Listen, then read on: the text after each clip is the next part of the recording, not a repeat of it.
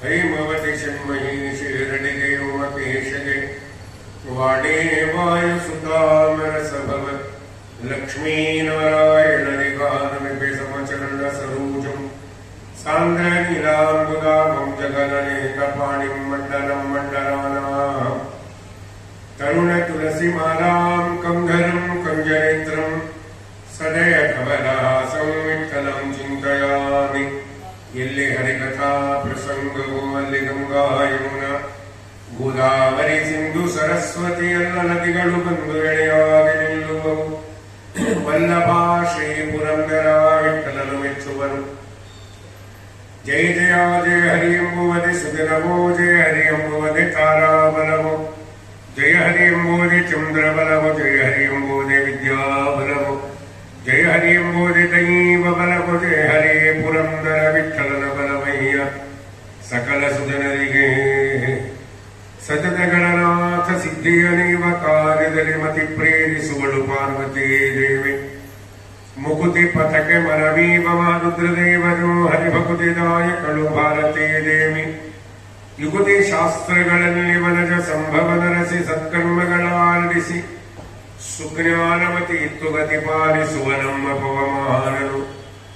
ಚಿತ್ರದಲ್ಲಿ ಅನಂಗ ಸುಖವನೀವಳು ರಮಾ ಭಕುತ ಜನರುಡೆಯ ನಮ್ಮ ಶ್ರೀ ಪುರಂದರ ವಿಠ್ಠಲನು ಸತತ ಇವರುಳು ನಿಂತಿ ಕೃತಿ ನಡೆಸುವನು. ನಮ ಶ್ರೀಪಾದರಾಜಾಯ ನಮಸ್ತೆ ವ್ಯಾಸಯೋಗಿನಿ ನಮ ಪುರಂದರಾರ್ಯಾಯ ವಿಜಯಾರ್ಯಾಯ ತೇ ನಮಃ. ಅಪ್ರಭಂ ಭಂಗರಹಿತಂ ಅಜಲಂ ವಿಮಲಂ ಸದಾನಂದತೀರ್ಥಮತುಲಂ ಭಜೆ ತಾಪತ್ರಯಾಪಹಂ. ದುರ್ವಾದಿಧ್ವಾಂತರವೇ ವೈಷ್ಣವೇಂದಿವರೇಂದ್ರವೇ ಶ್ರೀರಾಘವೇಂದ್ರ ಗುರವೇ ನಮೋತ್ಯಂತರಯಾನವೇ. ನಮೋಸ್ತು ತಾತ್ವಿಕಾ ದೇವಃ ವಿಷ್ಣು ಭಕ್ತಿಪರಾಯಣಃ. ಧರ್ಮಮಾರ್ಗೇ ಪ್ರೇರಯಂತೋ ಭವಂತಃ ಸರ್ವ ಏವ ಹಿ. ಮನ್ಮನೋಭೀಷ್ಟವರದಂ ಸರ್ವಾಭೀಷ್ಟಫಲಪ್ರದಂ ಪುರಂದರ ಗುರುಂ ವಂದೇ ದಾಸಶ್ರೇಷ್ಠಂ ದಯಾನಿಧಿಂ ವಿಜ್ಞಾನತಿಮಿರಚ್ಛೇದಂ ಬುದ್ಧಿ ಸಂಪತ್ಪ್ರದಾಯಕಂ ವಿಜ್ಞಾನವಿಮಲಂ ಶಾಂತಂ ವಿಜಯಾಖ್ಯ ಗುರುಂ ಭಜೆ. ಆಗತಾದ್ರಿ ತ್ರಿಕಾಲಗ್ನಂ ಆಗಮಾರ್ಥ ವಿಶಾರದಂ ತ್ಯಾಗಭೋಗ ಸಮಾಯುಕ್ತಂ ಭಾಗಂಡಾರಿ ಗುರುಂ ಭಜೆ. ಜಲದೇಷ್ಟನಿಭಾಕಾರಂ ಜಗದೀಶ ಪದಾಶ್ರಯಂ ಜಗದೀತರ ವಿಖ್ಯಾತಂ ಜಗನ್ನಾಥ ಗುರುಂ ಭಜೆ. ಶ್ರೀಶಾಂಗ್ರಿ ಸೇವಕಂ ನಿತ್ಯಂ ಭೂಸುರಾಗ್ರ ಕುಲೋದ್ಭವಂ ವಾಸಮಾದಿ ಶಿಲಾಕ್ಷೇತ್ರಂ ಶೇಷದಾಸ ಗುರುಂ ಭಜೆ.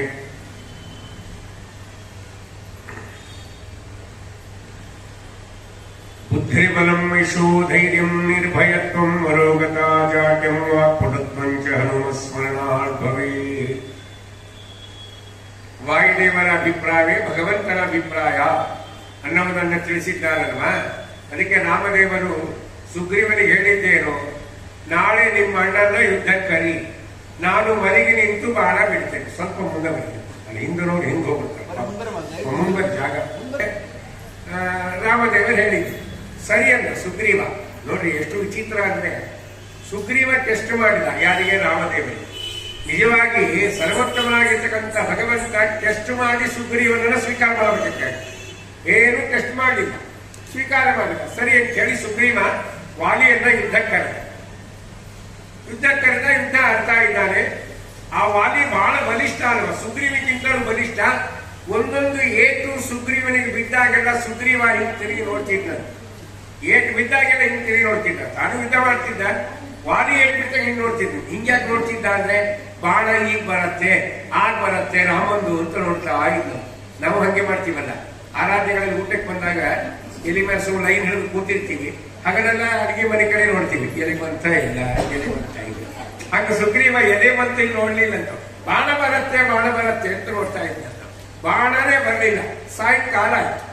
6 ಗಂಟೆಗೆ ವಾಲಿ ಹೇಳ್ತಾನೆ, ನೋಡು ನನ್ನ ತಮ್ಮ ಅಂತ ಇವತ್ತು ಬಿಟ್ಟಿದ್ದೇನೆ, ಏನಾದ್ರೂ ಮುಂದೆ ನೀನು ಯುದ್ಧಕ್ಕೆ ಬಂದ್ರೆ ನಿನ್ನನ್ನ ಸಂಹಾರ ಮಾಡ್ತೇನೆ ಅಂತ ಬಿಟ್ಟ. ಸುಗ್ರೀವ ಓಡ್ತಾ ಬಂತ, ರಾಮನಿಗೆ ನಮಸ್ಕಾರ ಮಾಡಿ ಹೇಳ್ತಾರೆ, ಪ್ರಭು ನಿಜವಾಗಿ ಹೇಳಿ, ನೀನು ನನ್ನನ್ನು ಸಂಹಾರ ಮಾಡ್ಲಿಕ್ಕೆ ಬಂದಿದ್ದೋ ವಾಲಿಯನ್ನು ಅಂತ ಕೇಳಿದ. ಪರಮಾತ್ಮ ಅಂತಾರೆ, ಯಾಕೆ ಡೌಟಪ್ಪ, ವಾಲಿಯನ್ನೇ ಸಂಹಾರ ಮಾಡ್ಲಿಕ್ಕೆ ಬಂದಿದ್ದು ಅಂತ. ಅವಾಗ ಸುಗ್ರೀವ ಕೇಳ್ತಾನೆ, ಹಾಗಾದ್ರೆ ನೀವು ಬಾಣ ಯಾಕೆ ಬಿಡ್ಲಿಲ್ಲ ಅಂತ. ನೋಡಿ ದೇವರಷ್ಟು ಸುಂದರವಾಗಿ ಮಾತಾಡ್ತಾನೆ, ಸರ್ವಜ್ಞ ಅವನು, ಎಲ್ಲ ಗೊತ್ತಿದ್ರು ಭಗವಂತ ಲೋಕರೀತಿಯಲ್ಲಿ ಮಾತಾಡ್ತಾನೆ. ನೋಡಪ್ಪ, ನೀವಿಬ್ರು ಒಂದೇ ತರ ಇದ್ದೀರಿ, ವಾಲಿ ಅದು ಸುಗ್ರೀವ ಅಂತ ನನಗೆ ಗೊತ್ತಾಗಲ್ಲ. ಒಂದು ವೇಳೆ ವಾಲಿ ಅಂತ ನಾನು ಬಾಣ ಬಿಟ್ಟೆ ಅಂತ ತಿಳ್ಕೊ, ಅದು ನಿನಗೆ ಬಂದು ತಗಲಿದ್ರೆ ಮಿತ್ರ ಹತ್ತ ದೋಷ ಬರುತ್ತೆ. ಅದಕ್ಕೆ ನಾನು ಬಾಣ ಬಿಡ್ಲಿಲ್ಲ ಅಂದ ದೇವರು. ಈ ಮಾತು ನೋಡಿದ್ರೆ ದೇವರು ಅಜ್ಞಾನಿ ಅಂತ ಅನಿಸ್ತಾನೋ ಇಲ್ಲ? ಜಗತ್ತಿನ ಎಲ್ಲಾ ಬಲ್ಲವ ದೇವರು ವಾಲಿಯಾರು ಸುಗ್ರೀವಾರು ಅಂತ ತಿಳಿಲಿಲ್ಲ ಅಂತ ಅವನೇ ಸ್ವತಃ ಹೇಳ್ತಾನಲ್ವಾ? ಹಾಗಾದ್ರೆ ಏನರ್ಥ? ದೇವರಿಗೆ ಸರ್ವಜ್ಞ ಅಂತ ಹೆಸರಿದನೆಲ್ಲ. ಎಲ್ಲಾ ಕಾಲದ ಎಲ್ಲ ವಿಚಾರವನ್ನ, ಎಲ್ಲ ಜೀವನ ಕರ್ಮಗಳನ್ನ ದೇವರು ಬಂದವರು. ಅದಕ್ಕೆ ಜಗನ್ನಾಥದಾಸರನ್ನು ಕೊಂಡಾಡಿದ್ದಾರೆ. ಕಾಲಾಂತರ್ಗತ ಕಾಲ ನಿಯಾಮಕ ಕಾಲಾತೀತ ತ್ರಿಕಾಲಜ್ಞ ಕಾಲ ಪ್ರವರ್ತಕ ಕಾಲ ನಿವರ್ತಕ ಕಾಲೋತ್ಪಾದಕ ಕಾಲ ಮೂರ್ಛಿತವ ದಾಸೋಹಂ ತವ ದಾಸೋಹಂ. ಕಾಲಾಂತರ್ಗತ ಕಾಲ ನಿಯಾಮಕ ಕಾಲಾತೀತ, ದೇವರು ಕಾಲದಲ್ಲಿ ಅಂತರ್ಗತನಾಗಿರ್ತಾನೆ, ಕಾಲನಾಮಕನಾಗಿರ್ತಾನೆ. ಕಾಲದಿಂದ ಭಗವಂತ ದೂರ ಇರ್ತಾನೆ ಹೇಳಿದ. ಅದಕ್ಕೆ ಒಂದು ಕೆಲಸ ಮಾಡುವುದಿಲ್ಲ. ಸುಗ್ರೀವನಿಗೆ ಹೇಳ್ತಾರೆ, ಮತ್ತೆ ನಾವು ನಾಳೆ ನಿಮ್ಮ ಅಣ್ಣನ ಮತ್ತೆ ಯುದ್ಧಕ್ಕೆ ಕರೀ ನೀನು. ಬೇಡಪ್ಪ, ಯಾಕೆ? ಇವತ್ತೇ ನಾನು ಚಟ್ನಿ ಪುಡಿ ಹಾಕೊಂಡಿ, ನಾಳೆ ಬಂದ್ರೆ ಮೆಂತ್ಯ ದಿಟ್ಟು ಹಾಕ್ಬಿಡ್ತೀನಿ ಅಂತ. ಹೌದು, ಚಟ್ನಿ ಪುಡಿಗಿಂತ ಮೆಂತ್ಯ ದಿಟ್ಟು ಬಹಳ ಸಾಫ್ಟ್ ಇರುತ್ತೆ ಅಲ್ವಾ? ನಾಳೆ ಮೆಂತ್ಯ ಬೇಡ ರಾಮ, ನಾನು ನಮ್ಮ ಅಣ್ಣನ ಯುದ್ಧಕ್ಕೆ ಕರೆಯಲ್ಲ, ನಿನ್ನ ಹಿಂದೆ ಉದ್ದಕ್ಕೂ ಬರ್ತೇನೆ, ಬಾಣ ಇಟ್ಕೊಂಬ ಅಂದ್ರೆ ಬರ್ತೇನೆ, ಬಿಲ್ ಇಟ್ಕೊಂಬ. ಪರಮಾತ್ಮ ಕರಿ. ಆದ್ರೆ ಒಂದ್ ಕೆಲಸ ಮಾಡು, ನೀನು ಯುದ್ಧಕ್ಕೆ ಹೋಗುವಾಗ ಕೊರಳಲ್ಲಿ ಯಾವುದಾದ್ರೂ ಒಂದು ಗುರುತಿನ ಮಾಲೆಯನ್ನು ಧರಿಸು. ಅವಾಗ ನಂಗೆ ಈಸಿ ಗೊತ್ತಾಗುತ್ತೆ, ಮಾಲೆ ಧರಿಸಿದವನು ಸುಗ್ರೀವ, ಧರಿಸದೇ ಇದ್ದಂತಕ್ಕಂಥ ವ್ಯಕ್ತಿ ವಾಲಿ. ಈಜಿ ಬಾಣ ಬಿಡ್ತೇನೆ ಅಂತ ಹೇಳಿ, ಸ್ವಾಮಿ ನೋಡಪ್ಪ, ಇಲ್ಲ ಗ್ಯಾರಂಟಿ ಹೊಡಿತೇನೆ, ಮಾಲೆ ಹಾಕೊಂಡು ಅಂತ. ತಕ್ಷಣ ಮಾತ್ರ ಸುಗ್ರೀವ ವಾಲಿ ಹೇಳಿ ಕಳಿಸಿದ ಯುದ್ಧಕ್ಕೆ ಬರ್ಬೇಕು ಅಂತ. ವಾಲಿ ವಿಚಾರ ಮಾಡ್ತಾನೆ, ನಮ್ಮ ಹತ್ರ ಯುದ್ಧಕ್ಕೆ ಬಂದ ಸುಗ್ರೀವ ಅಂದ್ರೆ ನಂದೊಂದು 8 ತಿಂದ ಅಂದ್ರೆ 6 ತಿಂಗಳು ರಿಪೇರಿ ಆಗ್ಬೇಕು ಬಾಡಿ. ಅದು ಇವತ್ತು 8 ತಿಂಗಳು ಮತ್ತೆ ನಾಳೆಗೆ ಯುದ್ಧ ಕರೀತಾ ಇದ್ದಾರೆ, ಏನ್ ಸೀಕ್ರೆಟ್ ಇದೆ ಅಂತ ವಾಲಿ ಯೋಚನೆ. ತಕ್ಷಣ ವಾಲಿ ಹೆಂಡತಿ ಹೇಳ್ತಾರೆ, ತಾರಾ ಸ್ವಾಮಿ ಯಾರೋ ರಾಮ ಲಕ್ಷ್ಮಣ ಅಂತ ಬಂದಿದ್ದಾರಂತೆ, ಅವರು ಸುಗ್ರೀವನಿಗೆ ಸಹಾಯಕ ನಿಂತಿದ್ದಾರಂತೆ. ಇದು ಈ ನೋಡಿ, ಹೆಣ್ಮಕ್ಳಿಗೆ ಲಘು ನ್ಯೂಸ್ ಗೊತ್ತಾಗ್ಬಿಡ್ತಾವ. ಹೆಂಗ್ ಗೊತ್ತಾಗ್ತಾ ಗೊತ್ತಿಲ್ಲ, ಮನೆಗೆ ಕೂತಿದ್ವು ಎಲ್ಲ ಸುದ್ದಿ ಮಾತಾಡ. ನಮಗೆ ಗೊತ್ತಿಲ್ಲ, ಸ್ವಾಮಿಗಳು ಬಂದಾರಂತ ಹೇಳ್ರಿ, ಕಟ್ಲು ಪೂಜೆ ಅಂತ ಮನೆಗೆ. ಹಿಂಗೆ ಗೊತ್ತಾಯ್ತೆ, ನಂಗೆ ಗೊತ್ತಾಯ್ತು, ಹೆಂಗಂತ ಕೇಳ್ಬೇಡ. ಕಟ್ಲು ಪೂಜೆ ಹೋದ್ರಿಗೆಲ್ಲ ಊಟ ಇದೆ, ಹೋಗೋಣ ನಡ್ರ. ಇದು ಗೊತ್ತಿಲ್ಲ, ಹೇಳ್ತೇನೆ ನಂಗೆ ಗೊತ್ತಿರ್ಲಿ, ನಾನು ಹೆಂಚಿ ಹೇಳಿದ್ನು ಅಂತ. ಇವು ಹೆಣ್ಮಕ್ಳಿಗೆ ಅದಕ್ಕೆ ಮಿಲಿಯಂ ವರ್ಷಕ್ಕೆ ಒಂದು ಮಾತು ಹೇಳ್ತಾರೆ, ಟೆಲಿಗ್ರಾಮ್ಗಿಂತ ಬಹಳ ಫಾಸ್ಟ್ ನ್ಯೂಸ್ ಹೋಗ್ಬೇಕು ಅಂದ್ರೆ ಹೆಣ್ಮಕ್ಳಿಗೆ ಹೇಳ್ಬೇಕು. ಮನೆಯವ್ರ ಕಡೆ ಒಂದು ಚೌಕ್ ಬರ್ದಿದ್ರು. ಏನ್ ಬರ್ದಿದ್ರು ಅಂದ್ರೆ, ಈಗ ಇಮೇಲು ಏನೋ ಬರ್ತಾವಲ್ಲ, ಏನೋ ಇಮೇಲ್ ಎಲ್ಲ ಬರ್ತಾವಲ್ಲ, ಇಮೇಲು ಆ ಕಡೆ ನ್ಯೂಸ್ ಈ ಕಡೆ, ಇದಕ್ಕಿಂತ ಫಾಸ್ಟ್ ಹೋಗ್ಬೇಕಂತ ಏನ್ ಮಾಡ್ಬೇಕು ಅಂತ ಹೇಳಿ ಗಂಡನ್ ಕೇಳ್ತಾರೆ. ಗಂಡ ಅಲ್ಲ, ಫಿಮೇಲ್ಗೆ ಹೇಳ್ಬೇಕು ಫಾಸ್ಟ್ ಹೋಗ್ತದೆ ಅಲ್ವಾ? ಹಂಗೆ ಫಾಸ್ಟ್ ನ್ಯೂಸ್ ಹೆಣ್ಮಕ್ಳಿಗೆ ಗೊತ್ತಾಗ. ವಾಲಿ ಅಂದ್ರೆ ಏನು? ರಾಮ ಬಂದಿದ್ದಾರೆ. ರಾಮ ಬಂದಿದ್ದು ನಿಜವಾಗಿದ್ದರೆ ನಾನು ಅವನಿಗೆ ಸಾಷ್ಟಾಂಗ ನಮಸ್ಕಾರ ಮಾಡಿ ತಲೆ ಮೇಲೆ ಕೂರ್ಸ್ಕೊಂಡು ಬರ್ತೇನೆ, ನನ್ನ ರಾಜ್ಯವನ್ನ ರಾಮನಿಗೆ ಸಮರ್ಪಣೆ ಮಾಡ್ತೇನೆ, ಅವರ ದೂತರಾಗಿ ಕೆಲಸ ಮಾಡ್ತೇನೆ ಅಂತ ವಾಲಿ ಬಹಳ ಪರಮ ಭಕ್ತ ರಾಮದೇವರಿಗೆ. ಅವಲ್ಲಿ ಯುದ್ಧಕ್ಕೆ ಹೋಗ್ಬೇಕಲ್ವಾ? ಯುದ್ಧಕ್ಕೆ ಹೋಗುವಾಗ ತಾರಾ ಆದವಳು ವಾಲಿಗೆ ರಕ್ಷಣಾ ಕವಚ, ಕಿರೀಟ ಹಾಕಿ ಕುಂಕುಮ ಹಚ್ಚಿ ಆರತಿ ಮಾಡಿ ಕಳಿಸಿದ್ದಾರೆ. ಇದು ರಾಜರು ಯುದ್ಧಕ್ಕೆ ಹೋಗುವಾಗ ಹೆಂಡತಿ ರಾಣಿ ಆದವಳು ಈ ಕೆಲಸ ಮಾಡಬೇಕು ಅಂತ ರಾಜಧರ್ಮ, ಇದೆಲ್ಲ ರಾಜಧರ್ಮಗಳು ಅದು ಮಾಡಿದ್ದಾರೆ. ಸುಗ್ರೀವನಿಗೆ ಯಾರು ಮಾಡ್ಬೇಕೀಗ? ಅವನ ಹೆಂಡತಿ ಅಂತೂ ಅಲ್ಲಿ ಈಗ ಮಾಡ್ಬೇಕು ಯಾರು? ರಾಜಧರ್ಮ ತಪ್ಪಬಾರ್ದಲ್ವಾ? ಹೆಂಡತಿ ಇಲ್ಲ ಅಂದ್ರೆ ಮಂತ್ರಿ ಆ ಕೆಲಸ ಮಾಡಬಹುದು ಅಂತ ರಾಜಧರ್ಮದಲ್ಲಿ ನಿಯಮ ಇದೆ. ಅದಕ್ಕೆ ಇಲ್ಲಿ ಮಂತ್ರಿ ಆದವರು ಯಾರು? ಹನುಮಂತ ದೇವರು. ಹನುಮಂತ ದೇವರು ಏನ್ ಮಾಡ್ತಾರೆ, ಮರು ದಿವಸ ಬೆಳಿಗ್ಗೆ ಅಲ್ಲಿ ಇರ್ತಕ್ಕಂಥ ಕೆಲವು ಹೂಗಳನ್ನ ಆರಿಸಿ ಅದರಿಂದ ಒಂದು ಮಾಲೆಯನ್ನ ಮಾಡಿ ಅದನ್ನ ಸುಗ್ರೀವನಿಗೆ ಕೊರಳಿಗೆ ಹಾಕ್ಬೇಕೀಗ. ಕುಂಭ ಹಚ್ಚಿದ್ದಾರೆ, ಸುಗ್ರೀವನ ಕೊರಳಿಗೆ ಹಾಕ್ಬೇಕು. ಹಾಕಬೇಕಾದ್ರೆ ಸುಗ್ರೀವನ ಮುಖವನ್ನು ನೋಡಿ ಹಾಕಲಿಲ್ಲ. ನಾವು ಯಾವುದೇ ಮಾಲೆ ಹಾಕ್ಬೇಕು, ನಾವೇನ್ ಮಾಡ್ತೀವಿ, ಯಾವ ವ್ಯಕ್ತಿಗೆ ಹಾಕ್ತೇವೆ ಅವ್ರ ಮುಖವನ್ನು ನೋಡಿ ಹಾಕ್ತೀವಲ್ವಾ? ಸುಗ್ರೀವನಿಗೆ ಮಾಲೆ ಹಾಕುವಾಗ ಹನುಮಂತ ದೇವರು ಸುಗ್ರೀವನ ಮುಖವನ್ನು ನೋಡ್ಲಿಲ್ಲಂತೆ, ಹಿಂಗ ನೋಡಿದ್ರು, ರಾಮನ ಮುಖವನ್ನು ನೋಡಿ ಹಾಕಿದಂತೆ. ಅಂದ್ರೇನು? ದಿಸ್ ಇಸ್ ಸರ್ಟಿಫೈಡ್ ಟು, ಇವನನ್ನ ನೀನು ಸ್ವೀಕಾರ ಮಾಡು ಅಂತ ಹನುಮಂತ ಹೇಳಿದ್ರು ರಾಮನಿಗೆ. ಅದಕ್ಕೆ ಮರು ದಿವಸ ರಾಮದೇವರು ಏನ್ ಮಾಡ್ತಾರೆ, ಯುದ್ಧಕ್ಕೆ ವಾಲಿ ಬಂದಾಗ ಬಾಣ ಮರಿದು ನಿಂತು ಹೊಡೆದ ಸ್ವಾಮಿ. ನೋಡಿ ಎಷ್ಟು ಭಗವಂತನ ಒಂದು ವ್ಯಾಪಾರ ಹಂಗಿದೆ ಅಂದ್ರೆ, ಹನುಮನ ಮತವೇ ಹರಿಯ ಮತ. ಎಲ್ಲಿ ತನಕ ಹನುಮಂತ ದೇವರು ನಮ್ಮ ಬಗ್ಗೆ ದೇವರಿಗೆ ರೆಕಮೆಂಡ್ ಮಾಡಲ್ಲವೋ ಅಲ್ಲಿ ತನಕ ದೇವರು ನಮ್ಮ ಕಡೆ ತಿರುಗಿ ನೋಡಲ್ಲ. ಇದು ಶಾಸ್ತ್ರ. ನಮ್ಮ ಉದ್ಧಾರ ಆಗಬೇಕು ಅಂದ್ರೆ ಹನುಮಂತ ದೇವರು ಪ್ರಾರ್ಥನೆ ಮಾಡ್ತಾರೆ ದೇವರಿಗೆ. ಅದನ್ನೇ ರಾಯರು ಪ್ರಾತಃ ಸಂಕಲ್ಪ ಗದ್ಯೊಳಗೆ ಹೇಳ್ತಾರೆ, ಏನಂ ದೀನಂ ದೂನಂ ಅನಾಥಂ ಶರಣಾಗತಂ ಏನ ಉದ್ಧರತಿ ಇತಿ ವಿಜ್ಞಾಪನಾ ಕರ್ತೃಣಾಂ ಅಂತ ರಾಯರು. ಎಂತ ದೊಡ್ಡ ಮಾತಿರೋದು. ಹನುಮಂತ ದೇವರು ಹೇಳ್ತಾರಂತೆ ದೇವರಿಗೆ, ಸ್ವಾಮಿ ಏನಂ ಇವನಿದ್ದಾನಲ್ಲ, ದೀನನಾಗಿದ್ದಾನೆ, ದೂನನಾಗಿದ್ದಾನೆ, ಅನಾಥನಾಗಿದ್ದಾನೆ, ಶರಣು ಬಂದಿದ್ದಾನೆ, ಏನ ಉದ್ಧರ ಇವನನ್ನ ಉದ್ಧಾರ ಮಾಡು ಅಂತ ಹೇಳಿದಾಗ ದೇವರು ನಮ್ಮ ಉದ್ಧಾರ ಮಾಡ್ತಾರೆ. ಅಲ್ಲಿ ತನಕ ನಾವು ದಾಬಳಿ ಉಟ್ಕೊಂಡು ಉದ್ಧಾರ ಮಾಡಲ್ಲ, ಮಡಿ ಉಟ್ಕೊಂಡು ಉದ್ಧಾರ ಮಾಡಲ್ಲ, ವಾದ್ಯ ಉಟ್ಕೊಂಡು ಉದ್ಧಾರ ಮಾಡಲ್ಲ, ಶಂಕ ಹೊಡೆದು ಉದ್ಧಾರ ಮಾಡಲ್ಲ. ವಾಯುದೇವರು ಸತ್ಯಪಾನ ಮಾಡ್ತಾರೆ. ಅದಕ್ಕೆ ವಾಯುದೇವರ ಸ್ತೋತ್ರವನ್ನ ವಿಶೇಷವಾಗಿ ನಾವು ಮಾಡಬೇಕು. ವಾಯುದೇವರ ಬಗ್ಗೆ ವಿಷಯವಾಗಿ ತಿಳಿದು ಅನುಸಂಧಾನ ಮಾಡ್ಕೋಬೇಕು. ವಾಯುದೇವರು ನೋಡಿದ ತಕ್ಷಣ ಅನೇಕ ಅನುಸಂಧಾನಗಳು ವಿಚಾರ ತಲೆಗೆ ಬರ್ಬೇಕ್ರಿ. ಬರಂಗಿಲ್ಲ, ನನ್ನ ಮಗ ಚೆನ್ನಾಗಿ ಕಾಣಿಸ್ತಾನಲ್ರಿ, ಚೆನ್ನಾಗಿ ಕಾಣಿಸ್ತಾನೆ, ಇದು ಬೆಣ್ಣೆ ಅಲಂಕಾರ ಆಗದ್ರಿ. ಹೌದು, ಆ ಬೆಣ್ಣೆ ನಾವೇ ಕೊಟ್ಟಿವಿ ಹನುಮಂತೇವರಿಗೆ. ಗತಿ ಇಲ್ಲ ನನ್ನ ಮಂದಿಯವರಿಗೆ ಕೊಟ್ಟಿದ್ದು 1 kg ಬೆಣ್ಣೆ, ಮಾತಾಡಿದ್ವಿ 10 kg ಮಾತಾಡೋದು. ಅದಕ್ಕೆ ದೇವರು ಏನ್ ಮಾಡಿದ, ಆ ಸುಗ್ರೀವನ ಕೊಂಡಿಗೆ ಹಾಕುವ ರಾಮದೇವರನ್ನು ನೋಡಿದ ತಕ್ಷಣ ಬಾಣ. ಅದಕ್ಕೆ ಹನುಮನ ನಂಬಿದ ಸುಗ್ರೀವ ಗೆದ್ದ. ಬಾಣ ಬಿದ್ದಲ್ಲ, ವಾಲಿ ಯುದ್ಧ ರಂಗದಲ್ಲಿ ಬಿದ್ದಲ್ಲ. ಬಿದ್ದ ತಕ್ಷಣ ಸುಗ್ರೀವ ಹೊರಟ, ಅಣ್ಣ ಬಿದ್ದರೆ ಹೊರಟ. ಈಗ ದ್ವೇಷ ಅಂತ ಅನ್ನೋದು ಇರ್ತದೆ, ಆದ್ರೆ ಆ ದ್ವೇಷ ಒಂದ್ ಕಡೆ ಪರಿವರ್ತನ ಆಗ್ಬಿಡ್ತದೆ, ಮುಗಿಲಿ ಬರ್ತದೆ ಇಂಥ ಹಂತದಲ್ಲಿ. ಹೌದಾ, ಸುಗ್ರೀವ ಮುಂದೆ ಮುಂದೆ ಹೋಗ್ತಾ ಇದ್ದಾನೆ. ಆ ಸುಗ್ರೀವನ ಹಿಂದಿಗಳು ಯಾರು ಹೋಗ್ತಾ ಇದ್ದಾರೆ? ಹನುಮಂತ ದೇವರು ಹೋಗ್ತಾ ಇದ್ದಾರೆ. ಹನುಮಂತ ದೇವರಿಂದ ಯಾರು ಹಿಂದೆ ಹೋಗ್ತಾ ಇದ್ದಾರೆ? ರಾಮದೇವರು ಹೋಗ್ತಾ ಇದ್ದಾರೆ. ರಾಮದೇವರ ಹಿಂದೆ ಲಕ್ಷ್ಮಣ ಹೋಗ್ತಾ ಇದ್ದಾರೆ. ಕ್ಯೂ ಒಳಗೆ ಹೋದಂಗೆ ಹೋಗ್ತಾ ಇದ್ದಾರೆ.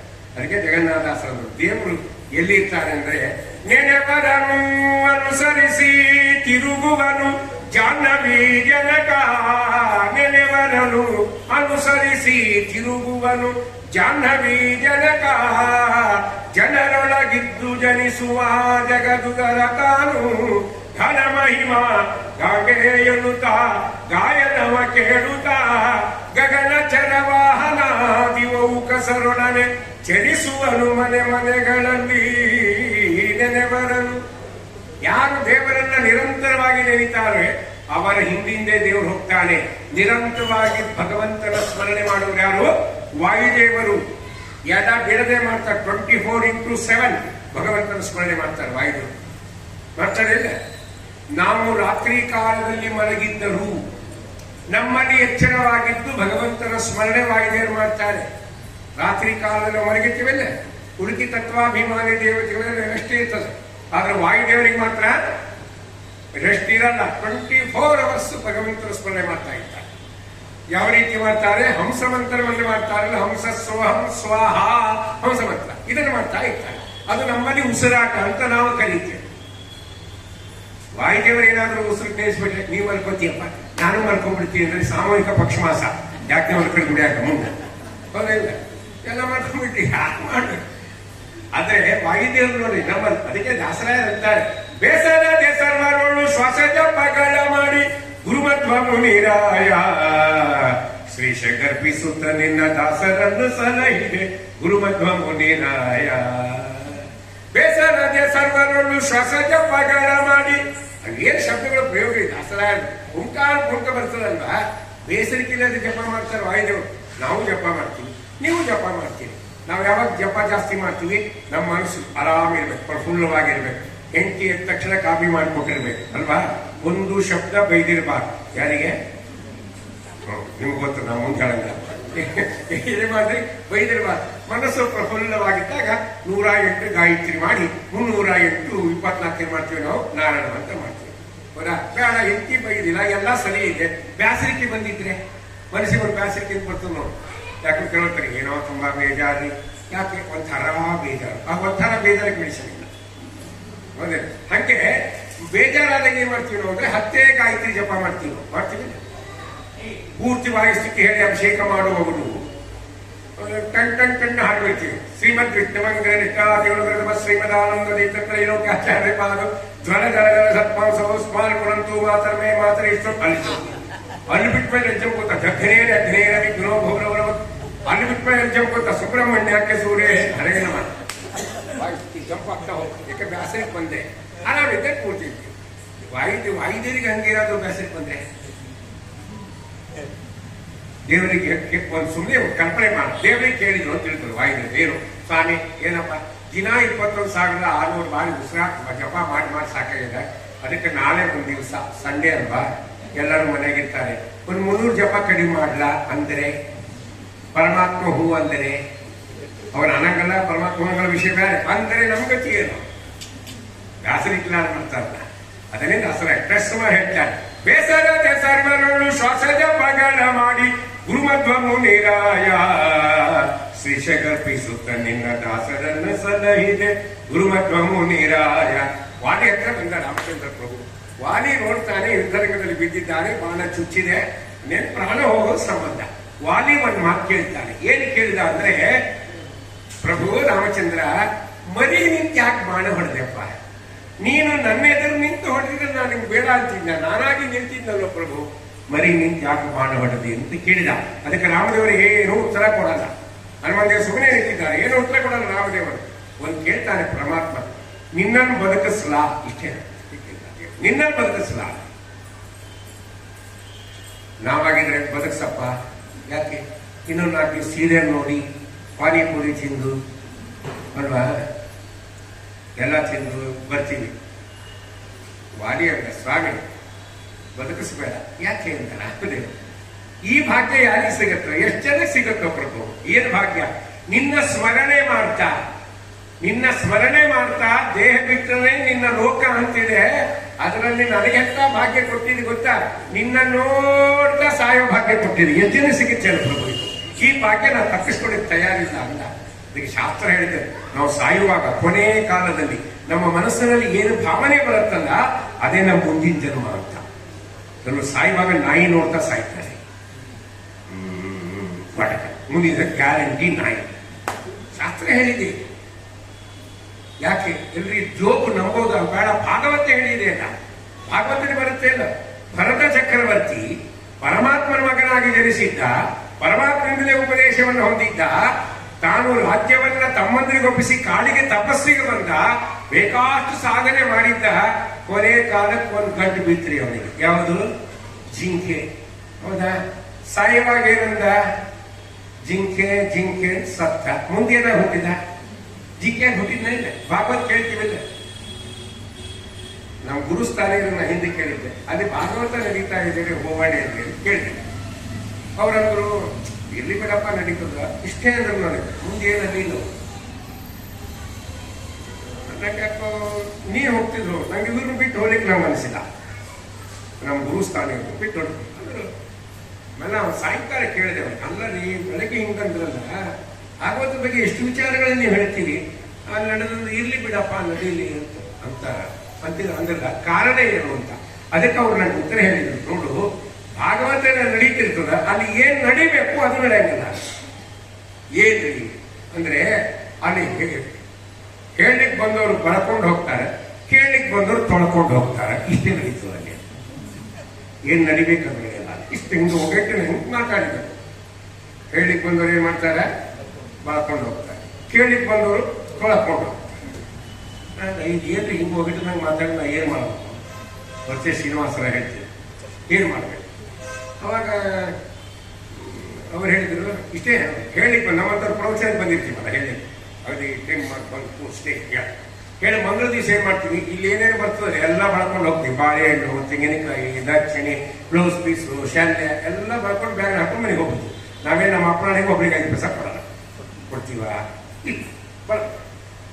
ಕೇಳಿಕ್ ಬಂದವ್ರು ಏನ್ ಮಾಡ್ತಾವ, ಅಯ್ಯೋ ಭಾಗವತ್ ಕೇಳಿವ್ರಿಗೆ 7 ದಿವಸ ಇವತ್ತು ಮಂಗಳ ಅಂತ ಊಟ ಮಾಡಿ ಕೈ ತೊಳ್ಕೊಂಡು ಹೋಗಿ ಮನೆಗೆ ಹೋಗ್ಬಿಡ್ತಾವ. ಕೇಳಲಿಕ್ಕೆ ಬಂದವರು ಏನ್ ಮಾಡಿದ್ರು? ಬಳಕೊಂಡು ಹೋದ್ರು. ಕೇಳಲಿಕ್ಕೆ ಬಂದವರು ಒಂದು ಕೈ ತೊಳ್ಕೊಂಡು, ಅಲ್ಲಿ ಏನ್ ತಿಳ್ಕೋಬೇಕು, ಏನು ಅನುಸಂಧಾನ ಮಾಡೋಕೆ ಏನಾದ್ರು ಒಬ್ಬರಿಗಾದ್ರೂ ಚಿಂತನೆ ಬಂತ ಬರ. ನಮ್ಮಂತ ಭಾಗವತ ಎಷ್ಟು ಕೇಳಿದ್ರಿ ನಾವು, ಅದ್ರ ಭಾಗವತ ನಿಂದೆ ಮಾಡ್ತೀವಿ ಅಂತಲ್ಲ. ಭಾಗವತವನ್ನ ಕೇಳಿದಾಗ ಪರಿಣಾಮ ಆಗ್ಬೇಕು. ನಾ ಯಾಕೆ ಹೇಳಿದೀಗ, ಕೊನೆ ಕಾಲಕ್ಕೆ ಯಾವುದು ಮನಸ್ಸಿನಲ್ಲಿ ಬರತ್ತೋ ಅದೇ ಮುಂದಿನ ಜನ್ಮ. ಅದಕ್ಕೆ ಸಾಕ್ಷಿ ಭಾಗವತ ಗ್ರಂಥ. ಜಡ ಭರತರ ವ್ಯಾಖ್ಯಾನ ಕೇಳ್ತಿದ್ರೆ ಮುಂದೆ ಅವನು ಜಿಂಕೆ ಹುಟ್ಟಿದ. ಜಿಂಕೆಯಾಗಿ ಹುಟ್ಟಿದ ಮೇಲೂ ಹಿಂದಿನ ಜನ್ಮಗಳಲ್ಲಿ ಸಾಧನೆ ಮಾಡಿದ ಫಲದಿಂದ ಭಗವಂತನ ಸ್ಮರಣೆ ಇತ್ತು. ಜಿಂಕೆ ಆದ್ರೂ ಕೂಡ ಅವರು ಯಾರ ಸಂಘದಲ್ಲಿ ಬೆರೀಲಿಲ್ಲ ಮಹಾನುಭಾವರು. ಮುಂದೆ ಮತ್ತೆ ಬ್ರಾಹ್ಮಣನಾಗಿ ಹುಟ್ಟಿದ, ಅವನ ಭರ್ತ ಅಂತ ಹೆಸರಿಟ್ಟಿರಲಿ. ಎಷ್ಟು ಸುಂದರವಾದ ಚರಿತ್ರೆಗಳು. ಜಿಂಕೆ ಆಗಿ ಹುಟ್ಟಿದರೂ ಭಗವಂತನ ಸ್ಮರಣೆ ಇತ್ತು. ಅದು ಬರಬೇಕು ಅಂದ್ರೆ ದೇವರಲ್ಲಿ ಕೇಳಬೇಕು. ಅದನ್ನೇ ಜಗನ್ನಾಥದಾಸರು ಕೇಳಿದ್ದು. ತಮ್ಮ ಗುರುಗಳಾಗಿರ್ತಕ್ಕಂಥ ಗೋಪಾಲದಾಸರ ಮೂಲ ರೂಪದಲ್ಲಿ ಕೇಳಿದ್ದೇನು. ನಾವು ಒಂದಿನ ಅಂತ ಕೇಳಲ್ರಿ. ಅವ್ರು ಕೇಳಿದ್ದೇನು ಗೊತ್ತಾ? ಏನು ಬೇಡುವುದಿಲ್ಲ ನಿನ್ನ, ಏನು ಬೇಡುವುದಿಲ್ಲ ನಿನ್ನ ಕುಯೋಡಿಗಳು ಬರಲಂಜೆ. ನಿನ್ನ ಕುಯೋಡಿ ಅಲ್ಲದು, ಅದೇನದು? ಏನು ಬೇಡುವುದಿಲ್ಲ ನಿನ್ನ ಕುಯೋನಿಗಳು ಬರಲಂಜೆ. ಲಕ್ಷ್ಮೀ ಪ್ರಾಣಪತಿ ತತ್ವೇಶರಿಂದೊಡಗೂಡಿ ಗುಣಕಾರ್ಯ ತಾನೇ ಮಾಡುವನೆಂಬ ಈ ಸುಜ್ಞಾನವನೆ ಕರುಣಿಸು ಮಹಾನುಭಾವ. ಮುಹುರ್ಮುಹುರ್ ಪ್ರಾರ್ಥಿಸುವೆ ಇನಿತೆಂದು. ನಂಗೆ ಕುಯೋನಿಗಳು ಬರಲಿ ಸ್ವಾಮಿ, ಕೆಟ್ಟ ಜನ್ಮಗಳು ಬರಲಿ, ನಿನ್ನ ಸ್ಮರಣೆ ಇರಲಿ. ಒಳ್ಳೆ ಜನ್ಮ ಬಂದರೂ ನಿನ್ನ ಸ್ಮರಣೆ ಇಲ್ಲ ಅಂದ್ರೆ ಆ ಜನ್ಮ ನನಗೆ ಬೇಕಾಗಿಲ್ಲ ಅಂತಾರೆ ಜ್ಞಾನಿಗಳು. ದೇವರಿಗೆ ಕೇಳಬೇಕು ಪ್ರತಿನಿತ್ಯ. ಜ್ಞಾನ, ಭಕ್ತಿ, ವೈರಾಗ್ಯ ಕೊಟ್ಟು ವಿಷ್ಣು ವೈಷ್ಣವರ ಸೇವೆಯನ್ನ ಮಾಡಿಸಿ ಅಂತ್ಯಕಾಲಕ್ಕೆ ಅನ್ಯವಾರ್ತೆಗೆ ಮನಸ್ಸು ಹೋಗದಂತೆ ನಿನ್ನಲ್ಲೇ ಮನಸ್ಸನ್ನು ಕೊಟ್ಟು ಉದ್ಧಾರ ಮಾಡು ಸ್ವಾಮಿ, ಗುರುಗಳಂತರ್ಯಾಮಿ. ಕೇಳಬೇಕು ಪ್ರತಿನಿತ್ಯ ಪ್ರಾರ್ಥನೆ ಮಾಡಿ. ಈಗ ವಾಲಿಯನ್ನ ಈ ಚಾನ್ಸ್ ಕಳ್ಕೊಳ್ಳಿಕ್ ತಯಾರಿಲ್ಲ, ನಿನ್ನ ನೋಡ್ತಾ ಸಾಯೋ ಭಾಗ್ಯದನ ಸ್ವಾಮಿ ಅಂತ ಹೇಳಿದ. ಅಂಗದನನ್ನ ಕರೆದು ಅವನ ಕೈಯನ್ನ ರಾಮದೇವರ ಕೈಯಲ್ಲಿಟ್ಟ. ಇವನನ್ನ ರಕ್ಷಣೆ ಮಾಡುವ ಭಾರ ನಿಂದು ಅಂತ ಹೇಳಿದ. ತಾರೆಯನ್ನ ಇವ ರಕ್ಷಣೆ ಮಾಡಬಾರದು, ಒಪ್ಪಿಸಿ ದೇಹ ಬಿಟ್ಟು.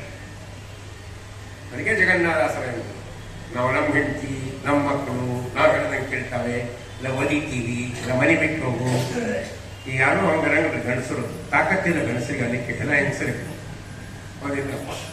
ಅದಕ್ಕೆ ಯಾರೋ ಸ್ವಲ್ಪ ಸಂಸ್ಕೃತ ಬರ್ತಿತ್ತು, ಲಗ್ನ ಮಾಡ್ಕೊಂಡಿತ್ತು ನನಗೆ ಒಂದು 5 ವರ್ಷ ಆಗ್ತದೆ. ಸಂಸ್ಕೃತ ಬರ್ತಿತ್ತು, ಒಂದು ವಾಕ್ಯ ಸಿಕ್ತತಿ. ಏನು? ಋಣಾನು ಬಂಧು ರೂಪೇಣ ಪಶು ಪತ್ನಿ ಸುತಾಲಯ ಅಂತ ವಾಕ್ಯ ನೋಡಿದ್ರು. ಗಂಡ ಕೇಳಿದ್ರು, ಸಂಡೆ ಇತ್ತು, ಮನ್ಯಾಗ ಕೂತಿತ್ತು. ಅಲ್ರಿ ಏನು ಅಲ್ರಿ, ಮತ್ತೆ ವೇದದ ಮಾತು ಹಿಂಗದ, ಋಣಾನು ಬಂಧು ರೂಪೇಣ ಪಶು ಪತ್ನಿ ಸುತಾಲಯ ಅಂತ ಹೇಳಿದ್ದಾರಲ್ಲ, ಪತಿ ಅಂತ ಹೇಳಿಲ್ಲಲ್ಲ ಶಬ್ದ. ಅವಂತ ಮೊದಲೇ ಹೇಳ್ಯಾರ, ಯಾವ್ದು? ಪಶು ಅಂದ್ರೆ ಪತಿ ಅಂತ.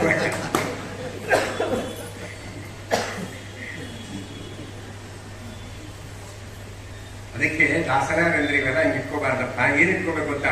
ಹೆಣ್ಣರು ಮಕ್ಕಳು ನಿನ್ನ ತೋಂಡದೆಂಬರೋ ರಂಗ, ನಿನ್ನ ಕೊಂಡಾಡುವ ಮಂಗಳಾತ್ಮರ ಕಂಡಲ್ಲಿ ವಿಶ್ವರೂಪ ಕಾಣುವರೋ, ಉಂಡು ಉಣಿಸಿದ್ದೆಲ್ಲ ನಿನ್ನ ಯಜ್ಞ ಎಂಬುವರೋ. ಎಲ್ಲಿ ನೋಡಿದ್ರು ಭಗವಂತನ ರೂಪಗಳನ್ನು ಕಾಣ್ತಾರೆ. ಏನಾದ್ರೂ ಅವರ ಮನೆಯಲ್ಲಿ 4 ಜನಕ್ಕೆ ಅನ್ನದಾನ ಮಾಡಿದ್ರೆ ಪರಮಾತ್ಮನ ಯಜ್ಞ ಪ್ರತಿಯೊಂದು ವ್ಯಕ್ತಿಗಳಲ್ಲಿ ಚಿಂತನೆ. ನಾವಂಗನ ಹೋಮಾನವ ಮಾಡಿ ನಮ್ಮನೆ ಗೊತ್ತಾಯ್ತೇ ನಿಮಗೆ. ಇನ್ನೂರೆಲ್ಲ ಫೋಟೋ ತೋರಿಸ್ತಾವ್ರಿ ನೋಡಿ. ಆಚಾರ ಬಂದಾರ, ಹೌನಾ ಹೋಮ, ಇದು ಪೂರ್ಣಾಹುತಿ ಹೋಮ, ಊಟಕ್ಕೆ ಕೂತಾಗ ಫೋಟೋ ತೆಗೆದಿದ್ರು. ಯಾವ ಆಚಾರ ಬಂದಾರ ಮುಂದೆ ನಾವು ಹೇಳಿ ನಿಮ್ಮನೆಗೆ ಬಂದಿರೋ ಫೋಟೋ ಅದ ತೋರಿಸ್ತೀನಿ. ನಮ್ಮನೆಗೆ ತಿಂದಿರಿಲ್ಲ, 3/4 kg ಅನ್ನ ನಿಮ್ಗೆ ತೋರಿಸ್ತಾವ್ರಿ. ಬಾಗಿಲ್ಲ ಅದಕ್ಕೆ ನಾ ಅಲಂಕಾರಕ್ಕೆ ಹೋದಾಗ ಹೇಳ್ತೀನಿ, ಫೋಟೋ ತೆಗಿಬಾರೋ ಮಾರಾಯ ಅಂತಾರೆ. ಈಗ ಎಲ್ಲ ಕಡೆ ಹೋಗ್ಬಿಡ್ತಾವ. ಹೌದಾ? ಫೋಟೋ ತೋರಿಸ್ತಾರೆ. 50 ಮಂದಿ ಊಟ ಆಯ್ತು ಅಂತ ಹೇಳ್ಕೊತ ಹೋಗ್ಬಿಡ್ತೀವಿ. ಅದು ಹೋದ ವರ್ಷ ಮಾಡಿರ್ತಾರ ಅವರು ಹೋಮ. ಈ ವರ್ಷ ಮಾಡಿರಂಗಿಲ್ಲ, ಹೋದ ವರ್ಷದ ಹೇಳ್ಕೊತ ತಿರ್ಗಾಡ್ತಾವ. ದಾಸರ ಏನಂತಾರೆ, ಅದು ಊಟ ಆಯ್ತು ಅಂದ್ರೆ ಬೇಡಪ್ಪ, ಅದು ಉಂಡು ಉಳಿಸಿದ್ದಲ್ಲ ಭಗವಂತನ ಯಜ್ಞ. ಆಯಾ ಅಧಿಷ್ಠಾನದಲ್ಲಿ ಭಗವಂತ ನೈವೇದ್ಯ ಸ್ವೀಕಾರ ಮಾಡ್ತಾನೆ ಅಂದ್ರೆ ಎಷ್ಟು ಪುಣ್ಯ ಬರುತ್ತೆ ಗೊತ್ತಾ? ಒಪ್ಪಿಸಿದ. ಅದಕ್ಕೆ ಜ್ಞಾನಿಗಳನ್ನು ಮುಂದೆ ಸುಗ್ರೀವನಿಗೆ ರಾಜ್ಯವನ್ನ ಪರಮಾತ್ಮ ಕೊಡಿಸಿದ, ಹೆಂಡತಿಯನ್ನು ಕೊಡಿಸಿದ. ಆಯಿತು. ಸುಗ್ರೀವ ಗೆದ್ದಿದ್ಯಾಕೆ? ಹನುಮನ ನಂಬಿದ ಸುಗ್ರೀವ ಗೆದ್ದ, ಹನುಮನ ನಂಬದ ವಾಲಿ ಬಿದ್ದ. ಆದರೆ ಇನ್ನೊಂದು ಆತ್ಮನೆಯನ್ನು ನೀಡದಲ್ಲಿ ಆಚಾರವನ್ನು ಆಚರಿಸಿ. ಇಬ್ಬರು ದೇವತೆಗಳ ಮಧ್ಯೆ ಸ್ವಲ್ಪ ಕ್ಲಾಶ್ ಬಂದರೆ, ಇಬ್ಬರು ದೇವತೆಗಳ ಬಗ್ಗೆ ಏನಾದರೂ ಜಗಳ ಉಂಟಾದ್ರೆ ಭಗವಂತ ಯಾರ ಪಕ್ಷ ವಹಿಸ್ತಾನೆ ಅಂದ್ರೆ, ತಾರತಮ್ಯದಲ್ಲಿ ಉತ್ತಮರಾದ ದೇವತೆ ಪಕ್ಷವನ್ನು ದೇವರು ವಹಿಸ್ತಾನೆ ಅಂತ ಹೇಳಿದ್ದಾರೆ ಆಚಾರ್ಯ ನಿರ್ಣಯ. ಇದನ್ನ ಇಟ್ಕೊಂಡ್ರೆ ತಾರತಮ್ಯದಲ್ಲಿ ಉತ್ತಮರು ಯಾರು? ವಾಲಿನೋ ಸುಗ್ರೀವನು? ಯಾಕೆ ವಾಲಿ ಉತ್ತಮ? 8ನೇ ಕಕ್ಷ ವಾಲಿ, ಇಂದ್ರನ ಅವತಾರ. ಇಂದ್ರ ಎಷ್ಟನೇ ಕಕ್ಷ? 8. ಸುಗ್ರೀವ ಯಾರ ಅವತಾರ? ಸೂರ್ಯನ ಅವತಾರ. ಅವನು ಎಷ್ಟನೇ ಕಕ್ಷ? 12. ನಮಗ್ ಕಕ್ಷ ಗೊತ್ತಿಲ್ಲ, ನಮ್ಗೆ ಗೊತ್ತಿರೋ ಒಂದೇ ಪಕ್ಷ. ಹೌದಿಲ್ಲ?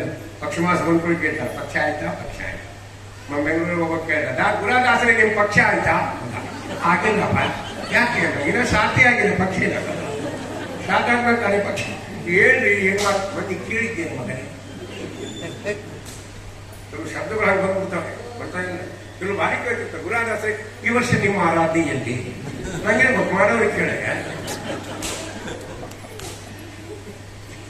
ಯಾಕಂದ್ರೆ ಅವ್ರಿಗೆ ಏನ್ ಕೇಳ್ಬೇಕಾಗಿರ್ತದೆ, ಈ ವರ್ಷ ಆರಾಧನೆ ಎಲ್ಲೆಲ್ಲಿ ಹೋಗ್ತೀನಿ ಅಂತ ಕೇಳ್ಬೇಕಾಗಿರ್ತದೆ ಹೊರಗಿಂದ. ಅದು ಬಿಟ್ಟು ಮಾತಿಗೆ ಬಂದ್ಬಿಡ್ತಾವೆ. ಹೌದಿಲ್ಲ? ಅದಕ್ಕೆ ನಮ್ಗೆ ಗೊತ್ತಿರೋ ಪಕ್ಷ ಕಕ್ಷ ಚೆನ್ನಾಗಿ ತಿಳಿಬೇಕು. ಅದಕ್ಕೆ ವಿಜಯದಾಸರು ಒಂದ್ ಕಡೆ ಸುಳ್ಳಾರು ಹೇಳ್ತಾರೆ, ಆವನಿದ್ದರೇನು ಎಲ್ಲಿದ್ದರೇನು ತಾರತಮ್ಯ ಜ್ಞಾನವಿಲ್ಲದೆ ಮೋಕ್ಷ ಇಲ್ಲ. ಚೆನ್ನಾಗಿ ತಾರತಮ್ಯ ಜ್ಞಾನ ಮಾಡ್ಕೋಬೇಕು. 32 ಕಕ್ಷ ಮಾಡ್ಕೋಬೇಕು. ಆಯಾ ದೇವತೆಗಳು ಸಾಧನೆಯನ್ನು ತಿಳ್ಕೋಬೇಕು. ಇದೆಲ್ಲ ಬಹಳ ಹೇಳಿದ್ದಾರೆ. ಇಲ್ಲಿ ಯಾಕೆ ಹೇಳಿಕ್ ಬಂದಂದ್ರೆ ಈ ಉತ್ತಮ ದೇವತೆಯ ಪಕ್ಷ ದೇವರು ವಹಿಸ್ತಾನೆ ಅಂತ ಇದೆ. ಹಾಗಾದ್ರೆ ಉತ್ತಮ ದೇವತೆ ವಾಲಿ. ಅವನ ಇಂದ್ರನ ಅವತಾರ 8ನೇ ಕಕ್ಷ. ದೇವರು ಯಾರು ಪಕ್ಷ ವಹಿಸ್ಬೇಕಾಗಿತ್ತು? ಈಗ ವಾಲಿ ಪಕ್ಷ ವಹಿಸ್ಬೇಕಾಗಿದೆ. ಆದ್ರೆ ಇಲ್ಲಿ ವಹಿಸಿದ್ದ ಯಾವ ಪಕ್ಷ? ದೇವರು ಸುಗ್ರೀವನ ಪಕ್ಷ. ವಾಲಿಗೂ ಸುಗ್ರೀವನಿಗೂ 4 ಕಕ್ಷಗಳ ಅಂತರ ಇದೆ ಅಲ್ವಾ? ಹಾಗಾದ್ರೆ ಯಾಕೆ ವಹಿಸಲಿಲ್ಲ ಅಂದ್ರೆ ಅದೇ ಆಚಾರ್ಯ ಉತ್ತರ ಕೊಡ್ತಾರೆ. ಯಾರು ದೊಡ್ಡವರಾಗ್ತಾರೆ? ಯಾರು ವಾಯುದೇವರ ಪಾದವನ್ನ ನಂಬ್ತಾರೋ ಅವರೇ ದೊಡ್ಡವರಾಗ್ತಾರೆ. ಯಾರು ವಾಯುದೇವರು ಬಿಡ್ತಾರೋ ಅವ್ರು ದೊಡ್ಡವರಾಗ್ತಾರೆ. ಹಾಗೆ ಸುಗ್ರೀವ ಏನ್ ಮಾಡಿದ್ದ? ವಾಯುದೇವರನ್ನ ಆಶ್ರಯ ಮಾಡಿದ್ದ. ಆದ್ರಿಂದ ಭಗವಂತ ಅವನನ್ನ ಸ್ವೀಕಾರ ಮಾಡಿಲ್ಲ ಅನ್ನೋ ಮಾತನ್ನು ತಿಳಿಸಿದ್ದಾರೆ. ಮುಂದೆ ಹೇಳ್ತಾರೆ ಪುರಂದಾಸರು ಏನ್ ಹೇಳಿದ್ರು ಅಂದ್ರೆ, ಹನುಮನ ನಂಬಿದ ವಿಭೀಷಣ ಗೆದ್ದ, ಹನುಮನ ನಂಬದ ರಾವಣ ಬಿದ್ದ. ರಾವಣ ಯಾಕೆ ಹನುಮನ ನಂಬಲಿಲ್ಲ? ವಿಭೀಷಣ ಯಾಕೆ ನಂಬಿದ? ಸುಗ್ರೀವ ಏನೋ ಹನುಮಂತ ದೇವರ ಜೊತೆಗಿದ್ದ, ನಂಬಿದ್ದ. ಆದ್ರೆ ವಿಭೀಷಣ ಹನುಮಂತ ದೇವರ ಜೊತೆಗೆ ಇಲ್ಲೇ ಇಲ್ಲಲ್ಲ, ಇದ್ನ ಇಲ್ಲೇ ಇಲ್ಲ. ಮತ್ತು ವಿಭೀಷಣನ ನೋಡಿದ್ದ ಯಾವಾಗ? ಹನುಮಂತ ದೇವರು. ಸೀತೆಯನ್ನು ಹೊಡಿಲಿಕ್ಕೆ ಹೋದಾಗ ನೋಡಿದ್ದಾನೆ. 2 ರೌಂಡ್ ಹಾಕಿದ್ರಂತೆ. 3ನೇ ರೌಂಡ್ ಹಾಕ್ತಾ ಇರುವಾಗ ಯಾವುದೋ ಒಂದು ಮನೆಯಿಂದ ರಾಮ್ ರಾಮ್ ರಾಮ್ ರಾಮ್ ರಾಮ್ ರಾಮ್ ರಾಮ್ ಶಬ್ದ ಕೇಳಿಸ್ತಾ ಇತ್ತಂತೆ. ತಕ್ಷಣ ಹನುಮಂತವ್ರು ನಿಂತ್ಬಿಟ್ರಂತೆ. ಯಾಕೆ ಅಂದ್ರೆ ಇಷ್ಟು ದುಷ್ಟರ ಮಧ್ಯೆ ನಮ್ಮ ಸ್ವಾಮಿಯ ನಾಮಸ್ಮರಣೆ ಮಾಡ್ತಕ್ಕಂಥ ವ್ಯಕ್ತಿ ಯಾರು, ಅವನ ದರ್ಶನ ಮಾಡಬೇಕು ಅಂತ ಅವನ ಮನೆ ಮುಂದೆ ನಿಂತರಂತೆ ಹನುಮಂತೇವರು. ಸ್ವಲ್ಪ ಅವಾಗ ರಾಮದೇವರಿಗೆ ಅಭಿಷೇಕ ಮಾಡಿ ಆ ನಿರ್ಮಾಣದ ನೀರನ್ನು ಹೊರಗೆ ಹಾಕ್ಲಿಕ್ಕೆ ವಿಭೀಷಣ ಬಂದಂತೆ. ಅವಾಗ ವಿಭೀಷಣ ನೋಡಿದ್ದು ವಾಯುದೇವರು. ವಿಭೀಷಣ ನೋಡಿದ್ದು ಅವಾಗ. ಇದು ಒಂದು. ಅದಕ್ಕೆ ಪುರಂದಾಸರಂದ್ರು, ಸುಂದರ ಮೂರ್ತಿ ಮುಖ್ಯ ಪ್ರಾಣ ಬಂದ ಮನೆಗೆ. ಯಾಕೆ ಬರ್ತಾರೆ? ರಾಮನಾಮ ಧ್ವನಿಗೆ. ಸುಂದರ ಮೂರ್ತಿ ಮುಖ್ಯ ಪ್ರಾಣ ಬಂದ ಮನೆಗೆ.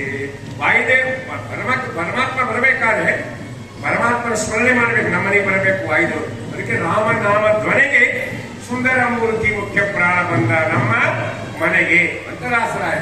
ಇದು ಒಂದು ಘಟನೆ. ಎಲ್ಲ ಮುಗಿತು. ಅವಾಗ ಏನ್ ಮಾಡಿದ? ರಾವಣ ಹೇಳಿದ, ಅವನ ಹಿಡ್ಕೊಂಡ್ಬರ್ರಿ ಅಂತ ಹೇಳಿದ. ಇಂದ್ರಜಿತ್ ಬಂದ, ಹೇಳಿಕೊಂಡು ಹೋದ. ಯಾರನ್ನ? ಹನುಮಂತ ದೇವರನ್ನ. ಈಗ ಬ್ರಹ್ಮಾಸ್ತ್ರ ಬಿಟ್ಟ. ಇದೆಲ್ಲ ಕಥೆ ನಿಮ್ಗೆ ಕೊಟ್ಟು ಹೇಳಿಕೊಂತ ರಾವಣನ ಎದುರುಗಡೆ ನಿಲ್ಲಿಸಿದ್ರು. ಯಾರನ್ನ? ಹನುಮಂತನ ನಿಲ್ಲಿಸಿದ್ದಾರೆ. ರಾವಣ ಎತ್ತರ ಸಿಂಹಾಸನದಲ್ಲಿ ಕೂತಿದ್ದ. ಅವೇನ್ ತಿಳ್ಕೊಂಡ, ಆ ಕೋತಿ ನನಗೆ ಹಿಂಗ್ ನೋಡ್ಬೇಕಲ್ಲ, ಹಿಂಗ್ ನೋಡಿ ಅದು ಕುತ್ತಿಗೆ ನೋವು ಬರ್ಬೇಕು, ಮಲ್ಕೊಂಡ್ 5 ಲಕ್ಷ ಮಲ್ಕೋಬೇಕು ಆ ಕೋತಿ ಅಂತ ಪ್ಲಾನ್ ಮಾಡಿದ್ದ. ಒಂದು ಆಸನ ಇಲ್ಲ. ತಕ್ಷಣ ಹನುಮಂತ ದೇವರಂದ್ರು, ನಾ ಮಡಿ ಮನುಷ್ಯ, ನಮಗೆ ನಿಮ್ಮನೆ ಮೈಲಿಗೆ ಪದಾರ್ಥ ಇಡ್ಸಂಗಿಲ್ಲ, ನಿನ್ ಚೇರೇ ಬೇಕಾಗಿಲ್ಲ ಅಂತ ತಮ್ಮ ಬಾಲವನ್ನು ಬರ್ರ ಸುತ್ತಿ ರಾವಣಕ್ಕಿಂತ ಮೇಲೆ ಹೋಗ್ಬೋದು. ಅದು ಮೊಬೈಲ್ ಚೇರ್. ಅದು ಯಾವುದು? ಹನುಮಂತ ದೇವರ ಬಾಲ ಮೊಬೈಲ್ ಚೇರ್. ಹೆಂಗ್ ಬೇಕಂತ ರಾವಣ ಹಿಂಗ್ ನೋಡಕ್ಕಾಯ್ತವ. ಒಳಗಾಯ್ತೆ. ಅವಾಗ ರಾವಣ ಹನುಮಂತರಿಗೆ ಕೆಲವು ಮಾತು ಕೇಳ್ತಾಳೆ. 7 ಶರದಿಯು ಏಕವಾಗಿದೆ ಕನ್ಯ, ಹಾಗೆ ಬಂದೆ ಹೇಳೋ ಕೋತಿ ಅಂದ. ಏ ಕೋತಿ, ಈ ಸಮುದ್ರ ಏನು ಸಾಮಾನ್ಯನ 100 ಯೋಜನೆ ಸಮುದ್ರ ಇದೆ, ಕೆರೆಗಳಿದೆ, ಜಲಚರ ಪ್ರಾಣಿಗಳಿದೆ. ಇದೆಲ್ಲ ದಾಟಿ ಹೆಂಗ್ ಬಂದು ಯಾರು ಬರಲ್ಲ. ಅಸಾಧ್ಯವಾದ ಹೆಂಗ್ ಬಂದೆ ಅಂದ್ರೆ ಹನುಮಂತರ ಕೈ ಮಗನೇ ನಂಗೆ ಕೋಚಿ ಅಂತ ಮಾಡ್ತೀನಿ ತಕ್ಷಣ ಅಂತ 7 ಶರದಿಯು 7 ಕಾಲುವೆಗಳಿಗೆ ಧೂಳಿ ಲಂಘಿಸಿ ಬಂದೆ ಕೇಳೋ ಭೂತ ಅಂದ್ರು.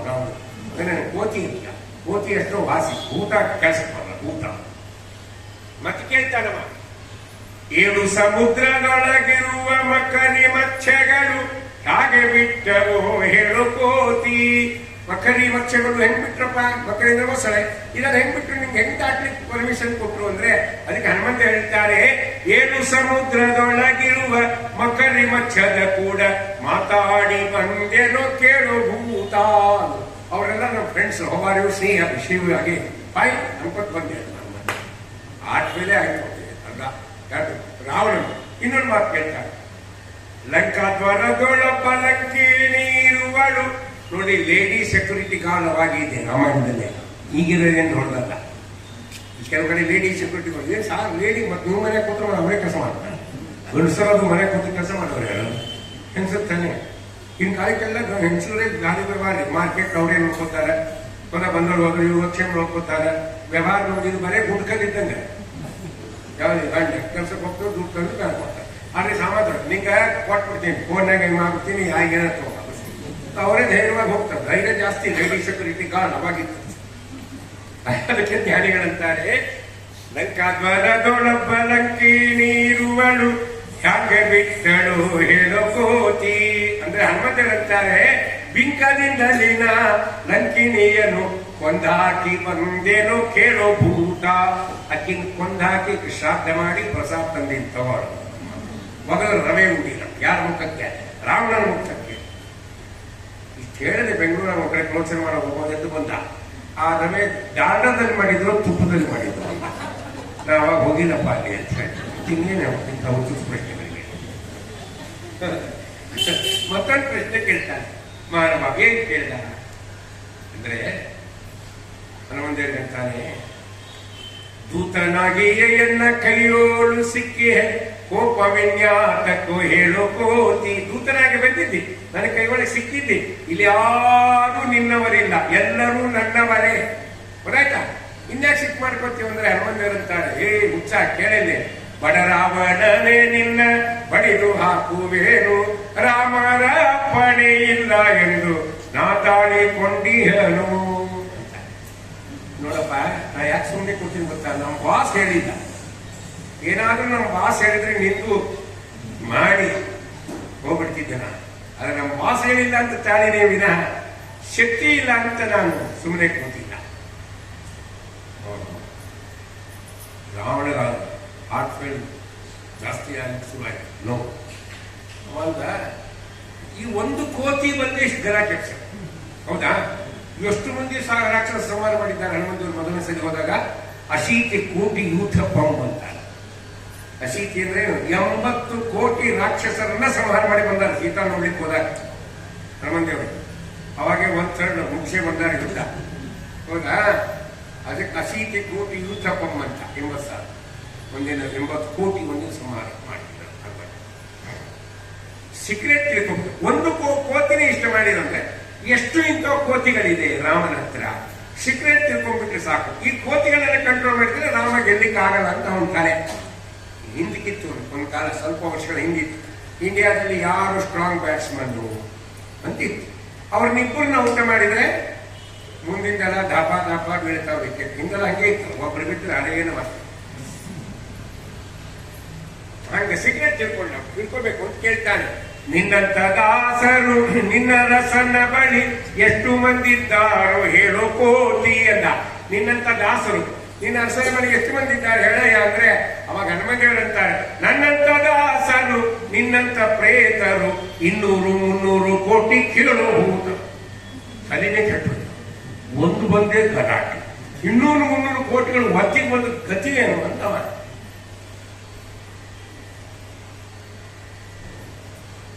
ಅದಕ್ಕೆ ಸಿಟ್ಟು ಬಂತವನಿಗೆ. ಇನ್ನೇನು ನಿರ್ಣಯ ತಗೊಂಡ, ಈ ಕೋತಿಯನ್ನ ಸಂಹಾರ ಮಾಡಿ. ಆ ಸಂಹಾರ ಮಾಡಿ ಎಂದಾಗ ಅಷ್ಟು ತುಂಬಿದ ಸಭೆಯ ಮಧ್ಯದಲ್ಲಿ ಎದ್ದು ನಿಂತು ಪ್ರತಿಭಟಿಸಿದವನು ವಿಭೀಷಣ. ಏನ್ ಹೇಳಿದ ಗೊತ್ತಾ? ಅಣ್ಣ, ಅದು ರಾಜನ ಧರ್ಮ ಅಲ್ಲ. ಯಾವಾಗಲೂ ದೂತರು ತಮ್ಮ ಮಾತುಗಳನ್ನು ಹೇಳುವುದಿಲ್ಲ, ತಮ್ಮ ಪ್ರಭುವಿನ ಮಾತುಗಳನ್ನ ಹೇಳ್ತಾರೆ. ಆದ್ದರಿಂದ ಇವರನ್ನ ದೂತರನ್ನ ಸಂಹಾರ ಮಾಡೋದು ರಾಜಧರ್ಮ ಅಲ್ಲ ಅಂತ ಹೇಳಿದ ತಕ್ಷಣ ಹನುಮಂತೇವರಿಗೆ ನೋಡಿದ್ರು, ವೆರಿ ಗುಡ್ ಬಾಯ್ ಅಂತ ಮನಸ್ಸು, ವೆರಿ ಗುಡ್ ಬಾಯ್. ಯಾಕೆ? ಧರ್ಮವನ್ನ ಬಲ್ಲವನು ವಿಭೀಷಣ. ದೇವರನ್ನು ನಂಬೋದು, ಧರ್ಮವನ್ನು ನಂಬೋದು ತಪ್ಪಾಗ್ತದೆ. ದೇವರು ಬೇರೆ, ಧರ್ಮ ಬೇರೆ. ಧರ್ಮ ಉಪದೇಶ ಮಾಡಿದ್ದಾರೋ ದೇವರು ತಾನೆ. ಅದಕ್ಕೆ ದೇವರು ಬೇರೆ ಅಲ್ಲ, ಧರ್ಮ ಬೇರೆ ಅಲ್ಲ. ಧರ್ಮ ಅಲ್ಲ ಅಂತ ಹೇಳಿದ್ದಲ್ಲ, ಅಧರ್ಮ ಇದು ಅಂತ. ಅದಕ್ಕೆ ರಾವಣ ಏನ್ ಮಾಡ್ದ? ನನ್ನ ತಮ್ಮನಾಗಿ ನನ್ನೇ ಸಪೋರ್ಟ್ ಮಾಡೋದು ಬಿಟ್ಟು ನನ್ನ ವಿರುದ್ಧ ಮಾತಾಡ್ತೀನಿ ಅಂತ ಹೊರಗಾಕಿದವನ್ನ ವಿಭೀಷಣ. ಮುಂದೆ ಏನಾಯ್ತು ಕಥೆ ಗೊತ್ತು. ಅದಕ್ಕೆ ಹನುಮಂತ ದೇವರು ಮತ್ತೆ ಮರಳಿ ಬಂದ್ರಲ್ಲ, ಚೂಡಾಮಣಿ ಬಂದು ರಾಮನಿಗೆ ಕೊಟ್ಟರು. ರಾಮದೇವರು ಎಲ್ಲ ಸೈನ್ಯವನ್ನ ಕರ್ಕೊಂಡು ರಾಮೇಶ್ವರ ದಡಕ್ಕೆ ಬಂದಾಗ ಆ ಕಡೆಯಿಂದ ವಿಭೀಷಣ ಬಂದ. 4 ಜನ ಅನುಸರೊಂದಿಗೆ ಬಂದ ತಕ್ಷಣ ರಾಮದೇವರು ಕೇಳ್ತಾರೆ, ಪ್ರಭು ನಿನ್ನ ಪಕ್ಷಕ್ಕೆ ಬರ್ತೇನೆ, ನನ್ನನ್ನು ಸೇರಿಸಿಕೋ. ಪಕ್ಷಾಂತರ ಅನ್ನೋದು ರಾಮಾಯಣದಲ್ಲಿದೆ. ಈಗಿನ ಪಕ್ಷಾಂತರ ಮತ್ತೆ ಏನು ದೊಡ್ಡ ವಿಷಯ ರಾಮಾಯಣದಲ್ಲಿದೆ, ಏನು ಶಾಸ್ತ್ರದಲ್ಲಿದೆ ಅದು ಈ ಲೋಕದಲ್ಲಿದೆ.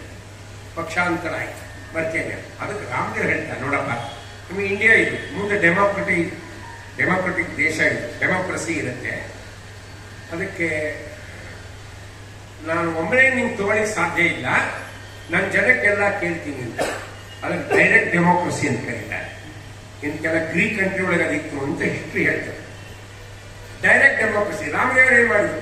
ಎಲ್ಲರಿಗೂ ಕೇಳಿದ್ರು ಇವನು ತಗೊಳ್ಳ, ಪಕ್ಷಕ್ಕೆ ಕರ್ಕೊಳ್ಳ, ನಮ್ಮ ಪಕ್ಷಕ್ಕೆ ಕರ್ಕೋಬೋದ? ಎಲ್ಲ ಕಪಿಗಳು ಬೇಡ ಬೇಡ ಬೇಡ ಬೇಡ ಅಂತಾನೆ ಬಂದು ಕೊನೆಗೆ ಅತೀ ಹಿರಿಯನಾಗಿರ್ತಕ್ಕಂಥ ವ್ಯಕ್ತಿ ಕೇಳ್ತಾನೆ ರಾಮದೇವರು, ಅವನು ಜಾಂಬುವಂತ ಕೇಳ್ದ. ಜಾಂಬುವಂತ ವಿಭೀಷಣನ ನಮ್ಮ ಪಕ್ಷಕ್ಕೆ ಕರ್ಕೋಬೇಕೋ ಬೇಡ ಹೇಳ್ಬೇಕು. ಜಾಂಬುವಂತಂದಾಗ ಬೇಡ ಸ್ವಾಮಿ, ವಿರೋಧ ಪಕ್ಷದಿಂದ ಬಂದಿದ್ದಾನೆ, ಯಾವಾಗ ಏನ್ ಗಲಾಟೆ ಎಬ್ಬಿಸ್ತೇನೆ ಗೊತ್ತಿಲ್ಲ, ಕಮಲ ಆಪರೇಷನ್ ಹೆಂಗಾಗುತ್ತೆ ಗೊತ್ತಿಲ್ಲ, ಸುಜೀತಿ ಆಪರೇಷನ್ಗಳು ಬಹಳ ನಡೆದಾಡಿದ್ದಾರೆ, ಹೌದೇನು ಹಂಗ ಬೇಡ ಅಂತ ಜಾಂಬು ಅಂತ ಹೇಳಿದ. ಎಲ್ಲ ಕಪಿಗಳು ಬಾಯಿಂದ ಬಂದಿದ್ದೇನು, ವಿಭೀಷಣನ ನಮ್ಮ ಪಕ್ಷಕ್ಕೆ ಕರ್ಕೋಬೇಡ ಅಂತ ಬಂತು. ಕೊನೆ ಕೇಳಿದ್ಯಾರನ್ನ ಹನುಮಂತ ದೇವರು. ಹನುಮಂತ ನೀನೇನು ಹೇಳ್ತೀಯ? ಹನುಮಂತ ದೇವರು ಅವಶ್ಯವಾಗಿ ಸ್ವೀಕಾರ ಮಾಡ ಸ್ವಾಮಿ. ಹನುಮಂತ ದೇವರ ಮಾತಿಗೆ ಭಗವಂತ ವಿಭೀಷಣನ್ನ ಪಕ್ಷ ಸೇರಿಸ್ಕೊಂಡಿಲ್ಲ. ಹಾಗೆ ಹನುಮಂತ ದೇವರು ನಂಬಿದ್ದು ಹೆಂಗಂದ್ರೆ ಧರ್ಮವನ್ನ ನಂಬೋದೇ ಹನುಮಂತ ದೇವರು ನಂಬುತ್ತೆ. ಧರ್ಮವನ್ನ ನಂಬಿದರೆ ಹನುಮಂತ ದೇವರು ನಂಬದಂಗೆ. ಅದಕ್ಕೆ ಸ್ವೀಕಾರ ಮಾಡುವುದ್ರೆ ಭಗವಂತ ಏನ್ ಮಾಡಿದ? ಸ್ವೀಕಾರ ಮಾಡಿದ. ಯಾರನ್ನ? ವಿಭೀಷಣನ್ನ. ಅದಕ್ಕೆ ಮಾತ್ರ ತಿಳಿಸ್ಕೊಟ್ರು ಗುರುದಾಸರು. ಹನುಮನ ನಂಬಿದ ವಿಭೀಷಣ ಗೆದ್ದ, ಹನುಮನ ನಂಬದ ರಾವಣ ಬಿದ್ದ. ಹನುಮಂತ ದೇವರನ್ನು ನಂಬಲಿಲ್ಲ, ದೇವರನ್ನು ನಂಬಲಿಲ್ಲ. ಅದಕ್ಕೆ ಹನುಮನ ಮತವೇ ಸರಿಯ ಮತ. ಹಾಗಾದ್ರೆ ಅವ್ರ ಮತ ಇವ್ರ ಮತ ಎರಡು ಒಂದೇ ಅಂದ್ರೆ ಇಬ್ರು ಒಂದೇನಾ ಅಂತ ಮತ್ತೆ ಪ್ರಶ್ನೆ ಬರುತ್ತೆ. ಅದಕ್ಕೆ ಗುರುದಾಸರು ಸ್ಪಷ್ಟೀಕರಣ ಕೊಡ್ತಾರೆ. ಹನುಮನು ಪುರಂದರ ವಿಠಲನ ದಾಸ, ಪುರಂದರ ವಿಠಲನು ಹನುಮನೋರ್ವಾಸ. ಹನುಮನು ಪುರಂದರ ವಿಠಲನ ದಾಸ. ಇಬ್ರು ಒಂದೇನಪ್ಪ.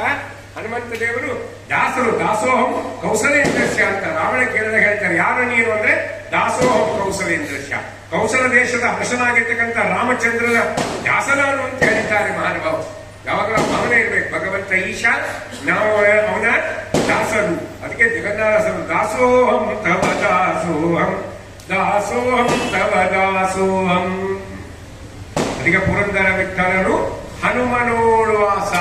ಯಾರ ಅಂತರ್ಯಾಮಿಯಾಗಿ ಭಗವಂತ ವಾಸ ಮಾಡಿಕೊಂಡಿರ್ತಾರೆ? ವಾಯುದೇವರ ಅಂತರ್ಯಾಮಿಯಾಗಿ ಹನುಮಂತ ದೇವರು ವಾಸ ಮಾಡಿಕೊಂಡಿರ್ತಾರೆ. ಅದಕ್ಕೆ ಪುರಂದಾಸನ ಕಡೆ ಅಂತಾರೆ, ಭಾರತೀಶ ಮುಖ್ಯ ಪ್ರಾಣಾಂತರ್ಗತ ನೀರ ಚಾಕ್ಷಣಮ ಪುರಂದರ ವಿಠಲನ ಬಿಡಬ್ಯಾಡಿ ಬಿಡಬ್ಯಾಡಿ.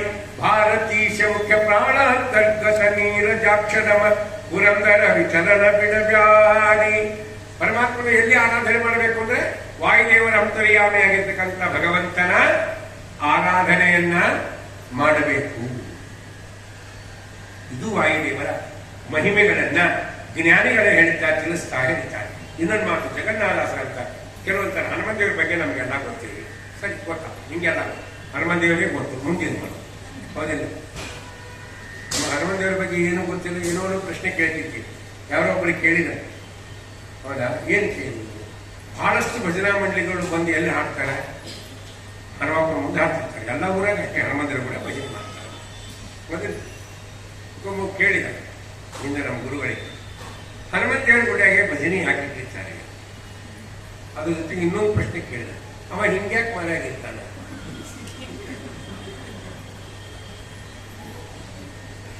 ಏನೋ ಪ್ರಶ್ನೆ ಕೇಳ್ತಾರೆ, ಕೇಳೋದಕ್ಕೆ ಕೇಸ್ ಆಗ್ತಾವ ನಮ್ಮ ಗುರುಗಳು. ಹಿಂಗ್ಯಾಕೆ ಮನೆ ಅವ್ರಂದ್ರು, ನೋಡಪ್ಪ ಹನುಮಂತೇವ್ರ ಕೂಡ ಭಜನೆ ಮಾಡ್ತಾರೆ, ನೀವು ಏನಾರೇ ಮಾಡ್ಕೊಂಡು ಹಾಳಾಗಿ ಹೋಗ್ಬೋದು ಹಿಂಗೆ ತಿರುಗಿಬಿಟ್ಟಿರ್ತಾರೆ ಅಂತಂದ್ರು ಗುರು.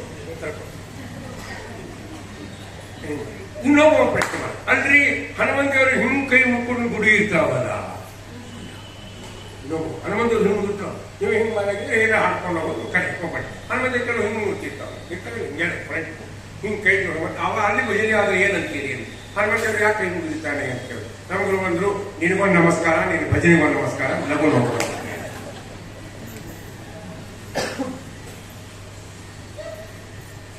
ಆಟಕ್ಕೆ ಸುಮ್ಮನೆ ಇನ್ನೊಬ್ಬ ಹೋಗ್ತಿದ್ರು, ಕೈ ಯಾಕೆ ಹಿಂಗೆ ಮಾಡಿರ್ತಾರೆ, ಏನು ತಗೊಳ್ಬಿಟ್ರು ಎಲ್ಲ. ನಮ್ಮ ಗುರು ಭಾರಿ ಶಾಣೆ ಆಯ್ತು, ಭಾರಿ ಟೆಕ್ನಿಕ್ ಇದೆ ಕೊಟ್ಟರು.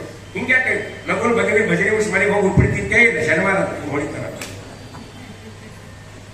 ಹಿಂಗೆ ತಿಳ್ಕೊಂಬೋದನ್ನ ಹನುಮಂತೇವರನ್ನ ಹೆಂಗೆ ಚಿಂತನೆ ಮಾಡ್ಬೇಕು ವಾಯುದೇವರನ್ನ ಅಂತಂದ್ರೆ, ಜಗನ್ನಾಥದಾಸರು ಶ್ವಾಸ ಸಂಧಿಯಲ್ಲಿ ಬಹಳ ಸುಂದರವಾದ ಮಾತು ಹೇಳ್ತಾರೆ. ಏನು ಎಷ್ಟು ನಮಗೆ 21,600 ಜಪ ಮಾಡ್ತಾರೆ ಅಂತ ತಿಳ್ಕೊಂಬ, ಎಷ್ಟೆಷ್ಟು ಮಾಡ್ತಾರೆ. ನಾನು ನಿನ್ನೆ ಹೇಳಿದೆ, ಏನ್ ಹೇಳಿದೆ, 6,000 ಜಪ 3 ಪ್ಲೇಸ್ನಲ್ಲಿ, 2,000 ಒಂದು ಕಡೆ, ಇನ್ನೊಂದು 1,000 ಒಂದು ಕಡೆ, 600 ಒಂದು ಕಡೆ ಜಪ ಮಾಡ್ತಾರೆ. ಆ ಪ್ಲೇಸ್ ನಾ ಹೇಳಿಲ್ಲ, ಈಗ ನಾ ಹೇಳಲ್ಲ, ಮುಂದಿನ ಸರಿ ಕರ್ಸಲ್ಲ ನೀವು ಹೇಳಿದಕ್ಕೆ ಈಗ ಹೇಳಿ.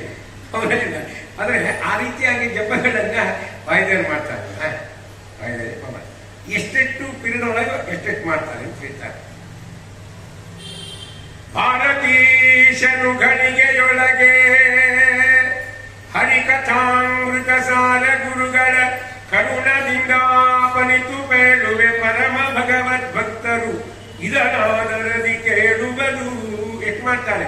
ಭಾರತೀಶನು ಘಳಿಗೆಯೊಳಗೆ 360 ಉಸುರು ಜಪಗಳ ತಾರಚಿಸುವನು ಸರ್ವಜೀವನೊಳಿದ್ದು ಬೇಸರದೆ ಕಾರುಣಿಕ ಅವರವರ ಸಾಧನ ಪೂರೈಸಿ ಭೂ ಸ್ವರ್ಗ ನರಕವ ಸೇರಿಸುವ ಸರ್ವಜ್ಞ ಸಕಲಿಷ್ಟ ಪ್ರದಾಯಕನು. ಒಂದು ಘಳಿಗೆಯಲ್ಲಿ ಎಷ್ಟು ಹಂಸ ಮಂತ್ರ ಜಪ ಆಗುತ್ತೆ? 360. ಘಳಿಗೆ ಎಷ್ಟು ನಿಮಿಷ? 24 ನಿಮಿಷಕ್ಕೆ ಒಂದು ಘಳಿಗೆ. ಇದಕ್ಕೆ ಪಂಚಾಂಗ ಶಾಸ್ತ್ರದಲ್ಲಿ ಇದೆ.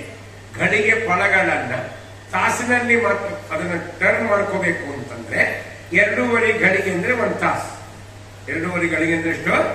1 ಅವರ್. ಅದಕ್ಕೆ 1 ಘಳಿಗೆ ಅಂದ್ರೆ ಎಷ್ಟೀಗ? 24 ನಿಮಿಷ. 2 ಘಳಿಗೆ ಅಂದ್ರೆ 48 ನಿಮಿಷ.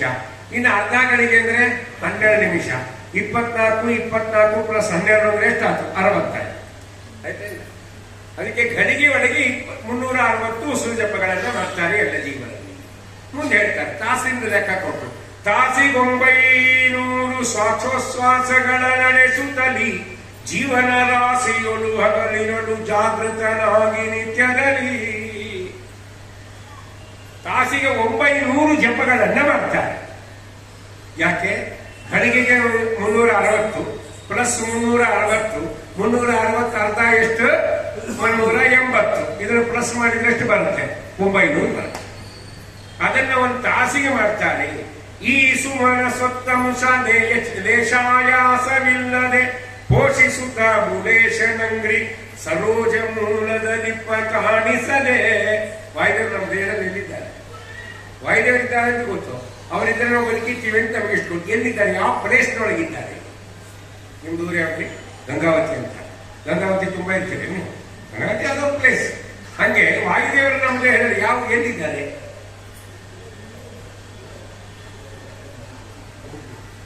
ಹೃದಯದಲ್ಲಿ ಅಷ್ಟದಳ ಕಮಲ. ಅಷ್ಟದಳ ಕಮಲದ ಮಧ್ಯದಲ್ಲಿ ಒಂದು ಪೀಠ. ಆ ಪೀಠದ ಮಧ್ಯದಲ್ಲಿ, ಆ ಪೀಠದ ಮೇಲೆ ಕುಳಿತವನು ಭಗವಂತ. ರಮಾ ಸಮೇತವಾಗಿ ಇದ್ದಾನೆ. ಅವನಿಗೇನು ಕರೀತಾರೆ? ಮೂಲೇಶ ಅಂತ ಕರೀತಾರೆ. ಆ ಕಮಲದಲ್ಲಿ 3 ರೂಪ ಇದೆ. ಒಂದು ಅಗ್ರೇಶ, ಒಂದು ಪ್ರಾದೇಶ, ಇನ್ನೊಂದು ಮೂಲೇಶ. ಇದು ನಮಗೇನು ಗೊತ್ತಾಗಲಿಲ್ಲ. ನಾವು ಹಣಮೇಶ, ನಮ್ ಗುರು ನಿಮಗೇನು ಗೊತ್ತಾದ ಹಣಮೇಶ ಅಂದ್ರೆ ದಾಟ ಅಂತ ಕೋತಿ ಅಂತ. ಅದಕ್ಕೆ ಹಿಂಗೆ ಮೂಲೇಶ ನಾಮಕ ಪರಮಾತ್ಮ ಆ ಹೃದಯ ಕಮಲದ ಮಧ್ಯದಲ್ಲಿರ್ತಕ್ಕಂಥ ಸ್ಥಳದಲ್ಲಿ ಕೂತಿರ್ತಾನೆ. ಕೂತೇನು ಮಾಡಿರ್ತಾನೆ? ತನ್ನ 2 ಪಾದವನ್ನ ಕೆಳಗೆ ಬಿಟ್ಟಿರ್ತಾನೆ. ಈಗ ಚೇರ್ ಮೇಲೆ ಕೂತವ್ರು ಬಿಟ್ಟಿರ್ತಾರೆ, 2 ಕೆಳಗೆ ಕೂತಿರ್ತಾನೆ, ಅದು ಜೋಡಿಸ್ತಾನೆ, 2 ಪಾದಗಳನ್ನು ಜೋಡಿಸ್ತಾನೆ. ಹಂಗ ಮೂಲೇಶ ನಾಮಕ ಪರಮಾತ್ಮ ಸಿಂಹಾಸನ ಮೇಲೆ ಕೂತು ಕೆಳಗೆ ಪಾದ ಬಿಟ್ಟಾಗ 2 ಪಾದಗಳ ಹೆಬ್ಬೆರಳಿನ ಮಧ್ಯೆ ಒಂದು ಗ್ಯಾಪ್ ಇರುತ್ತೆ. ಆ ಗ್ಯಾಪ್ನಲ್ಲಿ ವಾಯುದೇವರು ಇರ್ತಾರೆ. ಇವೆಲ್ಲ ಚಿಂತನೆ ಬರಬೇಕು, ಅಂದಾಗೆ ಸಾರ್ಥಕ ಜೀವನ. ಅದಕ್ಕೆ ಸಾಧನ ಶರೀರವಿದು ನೀನೆಯಲ್ಲಿ ಕೊಟ್ಟದ್ದು ಸಾಧಾರಣವಲ್ಲವ ಸಾಧು ಪ್ರಿಯರೇ ಅಂತ ಆ ಪರಮಾತ್ಮನ ಪಾದವನ್ನು ಆಶ್ರಯ ಮಾಡಿ ವಾಯುದೇವರಿದ್ದಾರೆ. ಅದಕ್ಕೆ ಹೇಳ್ತಾರೆ ದಾಸರಾಯರು, ಮೂಲೇಶನಂಗ್ರಿ ಸರೋಜ ಮೂಲದ ಲಿಪ್ಪ. ಮೂಲೇಶ ನಾಮಕ ಪರಮಾತ್ಮನ ಅಂಗ್ರಿ ಕಮಲದ ಮೂಲದಲ್ಲಿ ಪಾದವನ್ನು ಆಶ್ರಯ ಮಾಡಿದ್ದಾರೆ. ಜೀವ ಎಲ್ಲಿದೆ ಅಂದ್ರೆ ಅಲ್ಲಿದ್ದು ಕಾಣಿಸದೆ ಅಂತ ವಾಯುದೇವರು ಕಾಣಿಸಂಗಿಲ್ಲ, ಗೋಚರ ಆಗತ್ತೆ. ವಾಯುದೇವರಿದ್ದಾರೆ, ಪರಮಾತ್ಮ ಮೂಲೇಶ ಪಾದದಿಂದ ಆಶ್ರಯ ಮಾಡ್ಕೊಂಡಿದ್ದಾರೆ. ಜೀವ ಎಲ್ಲಿದೆ ಅಂದ್ರೆ ಆ ವಾಯುದೇವರ ಪಾದವನ್ನ ಆಶ್ರಯ ಮಾಡಿ ಜೀವ ಇದೆ. ಹಾಗಾದ್ರೆ ಜೀವ ಯಾರಿಗೆ ಹತ್ರ ಇದೆ? ವಾಯುದೇವರಿಗೆ ಹತ್ರ ಇದೆ. ಹೌದ್ರೆ? ಅದಕ್ಕೆ ದಾಸರಾಯ ದೇವರ ನಾಮದಲ್ಲಿ ಅದು ಹೇಳಿದೆ. ಏನು? 21,500 ಅಪ್ರತಿಮ ಹಂಸ ಮಂತರ ತಪ್ಪದೆ ದಿನ ದಿನ ಒಪ್ಪುವಂದದಿ ಜಪಿಸಿ ತಪ್ಪಿಸೋ ಭವವ. ಯಾರಿಗೆ? ಸಮೀಪದ ಜೀವಕ್ಕೆ ಅಡ್ರೆಸ್ಸಿಂಗ್ ಮಾಡಿದ್ದಾರೆ. ಇದು ವಾಯುದೇವರಿಗಲ್ಲ, ಅದಕ್ಕೆ ಹೇಳ್ತಾರೆ ಸುಂದರವಾಗಿ. ತಪ್ಪದೆ ದಿನ ದಿನ ಒಪ್ಪುವಂದದಿ ಜಪಿಸಿ ತಪ್ಪಿಸೋ ಭವವ ಸಮೀಪದ ಜೀವಕ್ಕೆ ಅಪ್ಪನದಲ್ಲಿ ಪುಣ್ಯ ಬಪ್ಪನೆ ಕರುಣಿಸಗೊಪ್ಪು ಗುಣವಪ್ಪಿಸಿ ಪಾಲಿಸೋ ನಂಬಿದೆ ನಿನ್ನ ಪಾದ ಗುರು ಮುಖ್ಯ ಪ್ರಾಣ. ಅದಕ್ಕೆ ಸರೋಜ ಮೂಲೇಶನಂಗ್ರಿ ಸರೋಜ ಮೂಲದ ನಿಪ್ಪ ಕಾಣಿಸದೆ ಮುಂದೆ ಹೇಳ್ತಾರೆ. ಇದು 1 ತಾಸಿಗೆ ಜಪ ಆಯ್ತು. 1 ಗಳಿಗೆಗೆ ಎಷ್ಟಾಯ್ತು? 360. 1 ಅವರಿಗೆ ಎಷ್ಟಾಯ್ತು? 900 ಶ್ವಾಸೋಚ್ಛ್ವಾಸಗಳಾಯ್ತು. ಮುಂದೆ ಹೇಳ್ತಾರೆ, ಅರಿವುದೊಂದ್ಯಾಮದೊಳು ಶ್ವಾಸ ಜಪಗಳೆರಡು 1,700 ಶರಸಹಸ್ರದ ಮೇಲೆ 400 ದ್ವಿತೀಯಕ್ಕೆ. ಅರಿವುದೊಂದ್ಯಾಮದೊಳು ಯಾಮ ಅಂದ್ರೆ ಎಷ್ಟು? 3 ಅವರಿಗೆ 1 ಯಾಮ ಅಂತ ಕರೀತಾರೆ. 3 ಅವರಿಗೆ 1 ಜಾವ ಯಾಮ ಅಂತ ಲೆಕ್ಕ. ಅದಕ್ಕೆ 8 ಜಾವದ 1 ದಿನ ಅಂತ. 8 ಜಾವ ಅಂದ್ರೆ ಏನರ್ಥ? 3 ತಾಸಿಗೆ 8 ಭಾಗ. ಅದಕ್ಕೆ 824 ತಾಸು. 1 ಯಾಮದೊಳು ಎಷ್ಟು ಶ್ವಾಸ ಜಪ ಮಾಡ್ತಾರೆ ವಾಯುದೇವರು ಅಂದ್ರೆ 2 ಸಹಸ್ರದ ಮೇಲೆ 700.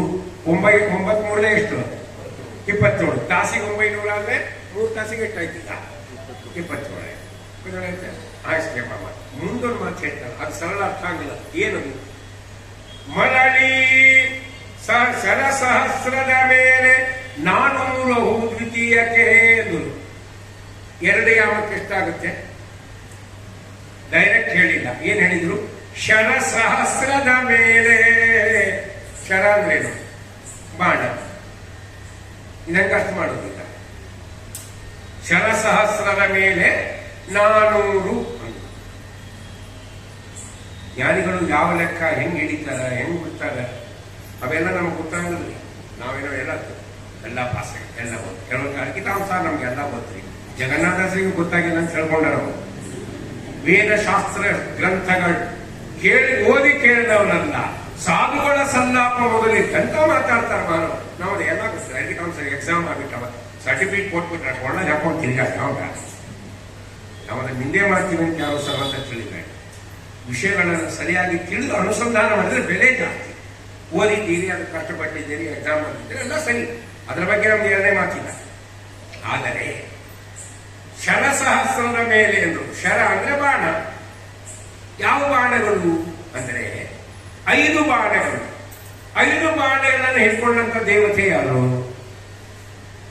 ಅವನ ಕೈಯಲ್ಲಿ ಇದೇ ಬಾಣ ಇದೆ. ಅವನು ಯಾರು ದೇವತೆ? ಅದಕ್ಕೆ ನೋಡ್ರಿ, ನಾವು ಕಕ್ಷಾ ಸರಿಯಾಗಿ ತಿಳಿಬೇಕು ಅಂದ್ರೆ ದೇವತೆ ತಿಳಿಬೇಕು, ಅವನ ವಾಹನ ಯಾವುದು ತಿಳಿಬೇಕು, ಅವನ ಆಯುಧಗಳು ಯಾವ್ದು ತಿಳಿಬೇಕು, ಅವನ ಆಭರಣಗಳು ಯಾವುದು ತಿಳ್ಕೋಬೇಕು. ಇದೆಲ್ಲ ಉಪಾಸನೆ ಭಾಗದಲ್ಲಿ ಬರುತ್ತೆ. 5 ಬಾಣ ಇದ್ದಂತ ದೇವತೆ ಯಾರು ಅಂದ್ರೆ ಮನ್ಮಥ. ಮನ್ಮಥನ ಕೈಯಲ್ಲಿ ಎಷ್ಟು ಬಾಣ ಇದೆ? 5. ಅರವಿಂದ, ಚೂತ, ನವಪಲ್ಲಿಕ, ಮತ್ತೆ ಇನ್ನೊಂದೆರಡು ಬಾಣ ಹೆಸರಿಗೆ ಬಾಣ ಇನ್ನೊಂದಿದೆ. 5 ಬಾಣಗಳನ್ನ ಧರಿಸಿದವನು ಯಾರು? ಮನ್ಮಥ. ಮನ್ಮಥನ ಬಾಣದ ವೈಖರಿ ಬೇರೆ ಹೇಳ್ತಾರೆ. ಏನು ಅವನ ಬಾಣ ವೈಖರಿ ಹೆಂಗಿದಿರ್ತದೆ ಅಂದ್ರೆ, ನಿಜವಾದ ಬಿಲ್ಲಿಗೆ ಬಾಣ ಹೂರಿ ಹೊಡೆದರೆ ಒಂದು ವಸ್ತು 2 ತುಂಡಾಗತ್ತೆ. ನಿಜವಾಗಿ ಬಿಲ್ಲಿಗೆ ಬಾಣ ಹೂಡಿ ಹೊಡೆದ್ರೆ ಏನಾಗ್ತದೆ? ಒಂದು ವಸ್ತು 2 ತುಂಡಾಗತ್ತೆ. ಆದ್ರೆ ಮನ್ಮಥ ಬಾಣ ಬಿಟ್ಟರೆ 2 ಮನಸ್ಸು ಒಂದಾಗುತ್ತೆ. ಇದು ಮನ್ಮಥನ ಬಾಣದ ವೈಖರಿ. 5 ಬಾಣ ಹೇಳಿದಾರೆ ಅವನು. ಅದಕ್ಕೆ 5 ಶರಸಹಸ್ರ ಅಂದ್ರೇನು? 5 ಸಹಸ್ರದ ಮೇಲೆ 400 ಅಂತ. ಯಾಕಂದ್ರೆ ಒಂದು ಯಾಮಕ್ಕೆ 2700 ಅಂತ ಆದ್ರೆ 2 ಯಾಮಕ್ಕೆ ಎಷ್ಟಾಗ್ತದೆ? 2700 ಪ್ಲಸ್ 2700 ಎಷ್ಟಾಗ್ತದ? 5400 ಆಯ್ತಿಲ್ಲ. ನೋಡಿ, ಜ್ಞಾನಿಗಳು ಸರಳ ಹೇಳೋದಿಲ್ಲ, ಹಂಗೆ ಹೇಳ್ತಾರೆ. ಶರಸಹಸ್ರದ ಮೇಲೆ 5400. ಮುಂದೆ ಹೇಳ್ತಾರೆ ಮರಣಿಯಾಮತ್ರಯಕ್ಕೆ 3ನೇ ಯಾಮದಲ್ಲಿ ಎಷ್ಟು ಜಪ ಮಾಡ್ತಾರೆ ಅಂದ್ರೆ, ವಸು 1000 ಎಣಿಕೆಯಲ್ಲಿ. ಮತ್ತೆ ಅದೇ ಶಬ್ದ ವಸು ಅಂದ್ರೆ ಯಾರು? ಎಷ್ಟು ಮಂದಿ ಇದ್ದಾರೆ ವಸುಗಳು? 8 ಜನ ಅಷ್ಟವಸುಗಳು. ಅದನ್ನು ಹೇಳೋ ಬಂದು 8,000 ಜನ ಮಂದಿ ಏನಿದ್ರು ಜ್ಞಾನಿಗಳು. ವಸು 1000 ಮೇಲೆ 100 ಎಣಿಕೆಯಲ್ಲಿ 8100 ಜಪ ಆಗತ್ತೆ. ಎಷ್ಟು ಯಾಮಕ್ಕೆ? 3 ಯಾಮಕ್ಕೆ. ಮುಂದೆ ಹೇಳ್ತಾರೆ 12 ತಾಸಿಗೆ 10,800. ಅಂದ್ರೆ 12 ತಾಸು ಅಂದ್ರೆ 4ನೇ ಯಾಮಕ್ಕೆ ಎಷ್ಟು ಜಪ ಆಗ್ತದೆ? 10,800. 12 ತಾಸಿಗೆ 10,008 10,008 ಅಂದ್ರೆ ಏನಾಗುತ್ತದೆ? 21,600. ಅದು ಮುಂದಿನ ಪದ್ಯ ಹೇಳ್ತಾರೆ. ಒಂದು ದಿನದೊಳಗೆ ಅನಿಲ ದೇವ 21,600 ಮುಕುಂದನಾಜ್ಞದಿ ಮಾಡಿಸಿ ಲೋಕಗಳ ಪೊರೆವಾ. ಒಂದು ದಿನದಲ್ಲಿ ವಾಯುದೇವರು ಈ ರೀತಿಯಾದ ಜಪಗಳನ್ನ ಮಾಡಿ ಲೋಕಗಳ ಪೊರೆವಾ ಅಂದ್ರೆ ಜೀವನನ್ನ ರಕ್ಷಣೆ ಮಾಡ್ತಾರೆ. ಲೋಕಗಳು ಅಂದ್ರೆ ಈ ಜಡವಾದ ಲೋಕಗಳು ಅಂತಿಲ್ಲ. ಲೋಕ ಪ್ರಪಂಚ ಅಂದ್ರೆ ಜಡ ಜೀವರು ಸೇರಿದ್ದು. ಆದ್ರೆ ಇದು ಲೋಕ ಶಬ್ದಕ್ಕೆ ಏನರ್ಥ ಅಂತಂದ್ರೆ ಜೀವನು ಅಂತ ಅರ್ಥ. ಲೋಕಗಳ ಪೊರೆವ ಎಲ್ಲ ಜೀವನನ್ನ ರಕ್ಷಣೆ ಮಾಡ್ತಾರೆ. ಏನು?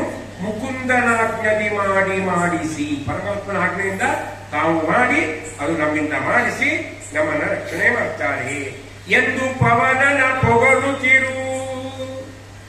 ಈ ರೀತಿಯಾಗಿ ವಾಯುದೇವರನ್ನ ಸ್ತೋತ್ರ ಮಾಡು. ಎಂದು ಪವನನ ಪೊಗಳುತ್ತಿರು. ವಾಯುದೇವರು ಶುಕ್ರಾರ ಮಾಡ್ತಾರಪ್ಪ ನಮ್ಮಲ್ಲಿ ಅಂತ ವಾಯುದೇವರನ್ನ ಸ್ತೋತ್ರ ಮಾಡಿ ತಿಳಿದವರನ್ನ ಕೊಂಡಾಡ್ತಾ ಇರು. ಎಂದೆಂದು ಮರೆಯದೆ. ಈ ವಿಷಯವನ್ನು ಮರಿಬೇಡ. ನೀವು ವಾಯುದೇವರ ಬೇಕಾದ ಸೇವೆ ಮಾಡಿಸು, ಬೆಳ್ಳಿ ಅಲಂಕಾರ ಮಾಡಿಸು, ಅನ್ನದಾನ ಮಾಡಿಸು, ಬೇಕಾದ ಮಾಡು. ಜೊತೆಗೆ ಈ ಅನುಸಂಧಾನತೆಗೆ ತೊಳಗಿಲ್ಲ, ಮರೆಯದೆ ಮಾಡು. ಈ ಮಹಿಮೆ ಯಾರಿಗಿಲ್ಲ ಅಂದ್ರೆ ಸಂಕ್ರಂದನಾಟ್ಯರಿಗುಂಟೆ ನೋಡಲು ಸರ್ವಕಾಲದಲ್ಲಿ. ಇಂದ್ರಾದಿ ದೇವತೆಗಳಿಗೆ ಈ ಭಾಗ್ಯ ಇಲ್ಲ, ರುದ್ರಾದಿ ದೇವತೆಗಳಿಗೆ ಈ ಭಾಗ್ಯ ಇಲ್ಲ. ಯಾವ ಭಾಗ್ಯ ಇಲ್ಲ? ಪ್ರತಿಯೊಬ್ಬ ಜೀವನಲ್ಲಿ ನಿಂತು 21,600 ಬಾರಿ ಹಂಸಮಂತ್ರವನ್ನ ಜಪ ಮಾಡತಕ್ಕಂಥ ಭಾಗ್ಯ ವಾಯುದೇವರಿಗೆ ಮಾತ್ರ ಮೀಸಲು. ಅವರು ನಮ್ಮಲ್ಲಿ ಇದ್ರೆ ನಾವಿರ್ತೇವೆ, ಅವ್ರು ನಮ್ಮಲ್ಲಿ ಇಲ್ಲ ಅಂದ್ರೆ ನಾವು ಇರೋದಿಲ್ಲ.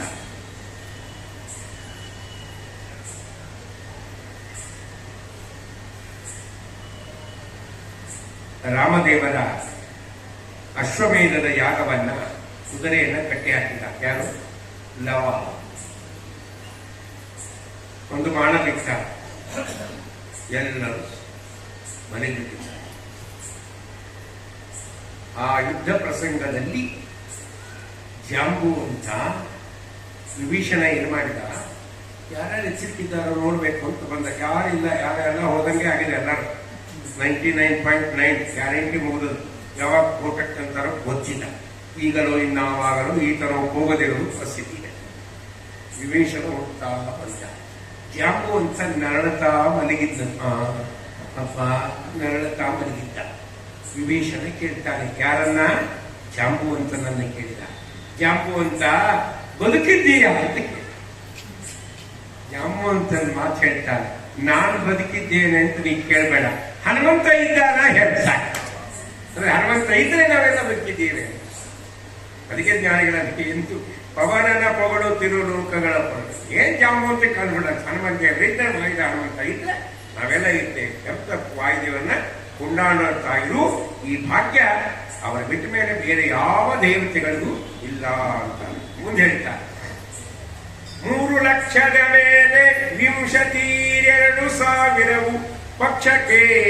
ಒಂದು ಪಕ್ಷದಲ್ಲಿ ಎಷ್ಟು ಜಪ ಆಗ್ತದೆ ಅಂದ್ರೆ ಜ್ಞಾನಿ ಹೇಳ್ತಾರೆ 3 ಲಕ್ಷದ ಮೇಲೆ 20 ಅಂದ್ರೆ 20, ಈ 2 ಅಂದ್ರೆ 2 ಎಷ್ಟಾಯ್ತಿಲ್ಲ 4 ಅಂದ್ರೆ ಒಂದು ಪಕ್ಷಕ್ಕೆ ಎಷ್ಟು ಜಪ ಆಗ್ತದೆ? 3,24,000 ಜಪ ಆಗ್ತದೆ.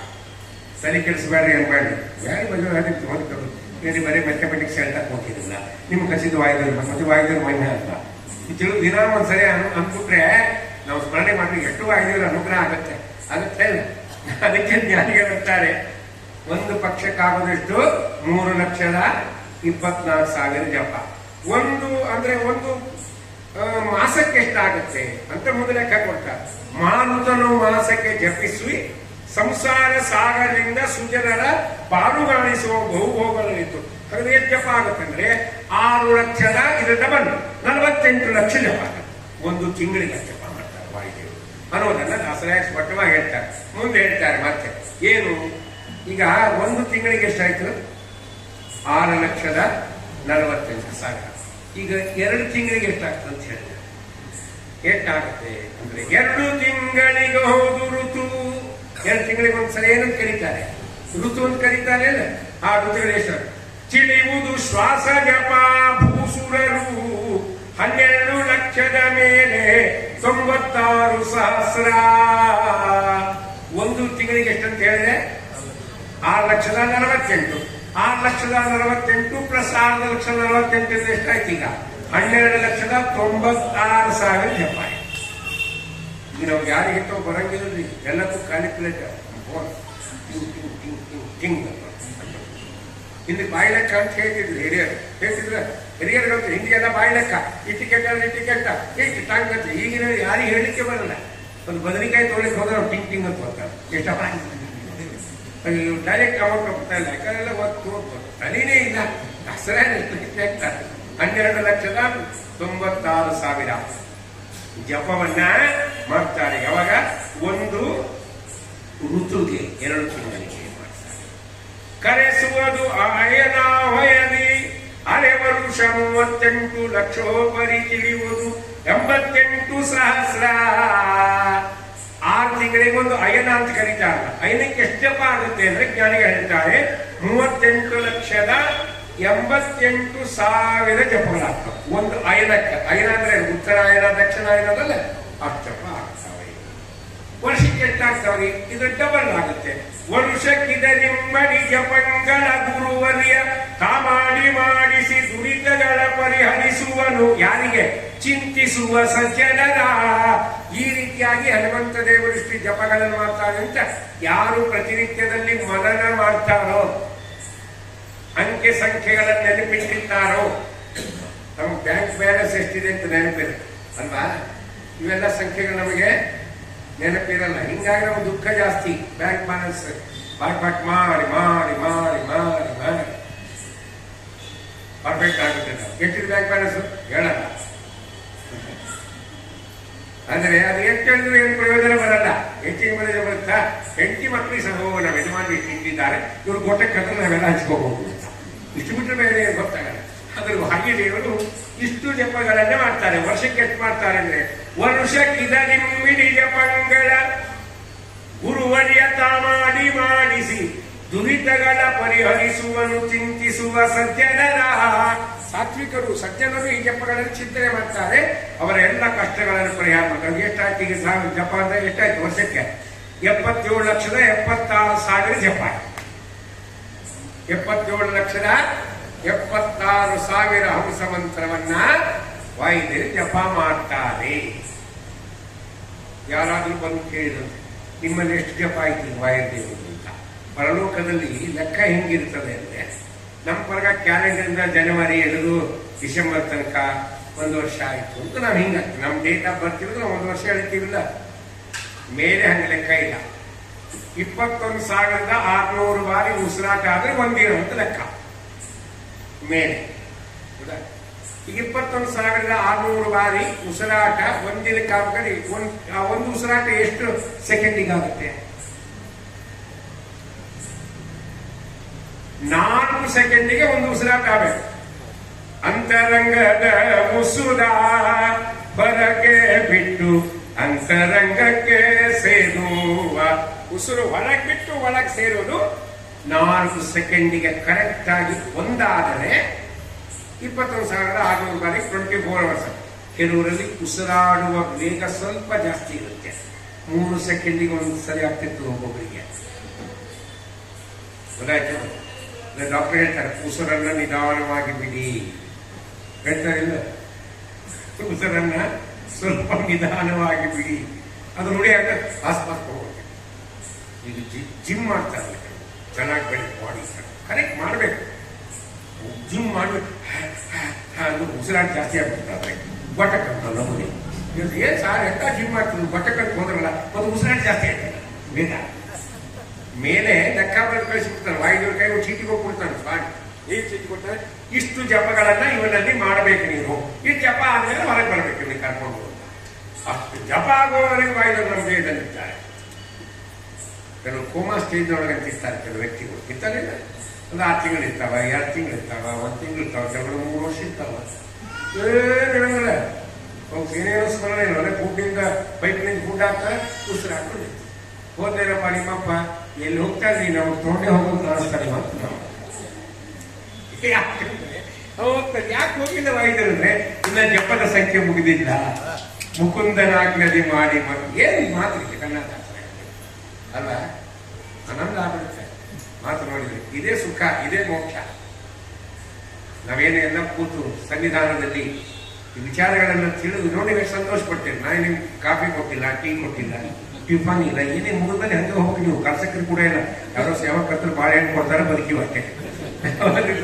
ಅಂದ್ರೆ ನೀವು ಎಲ್ಲವನ್ನ ತ್ಯಾಗ ಮಾಡಿ ಇಲ್ಲಿ ಕೂತಿ ಸಂತೋಷ ಪಡ್ತೀರಿ ಅಂದ್ರೆ ಅದು ವಾಯುದೇವರ ಮಹಿಮೆಯನ್ನು ತಿಳಿದಾಗ ಸಂತೋಷ ಆಗುತ್ತೆ.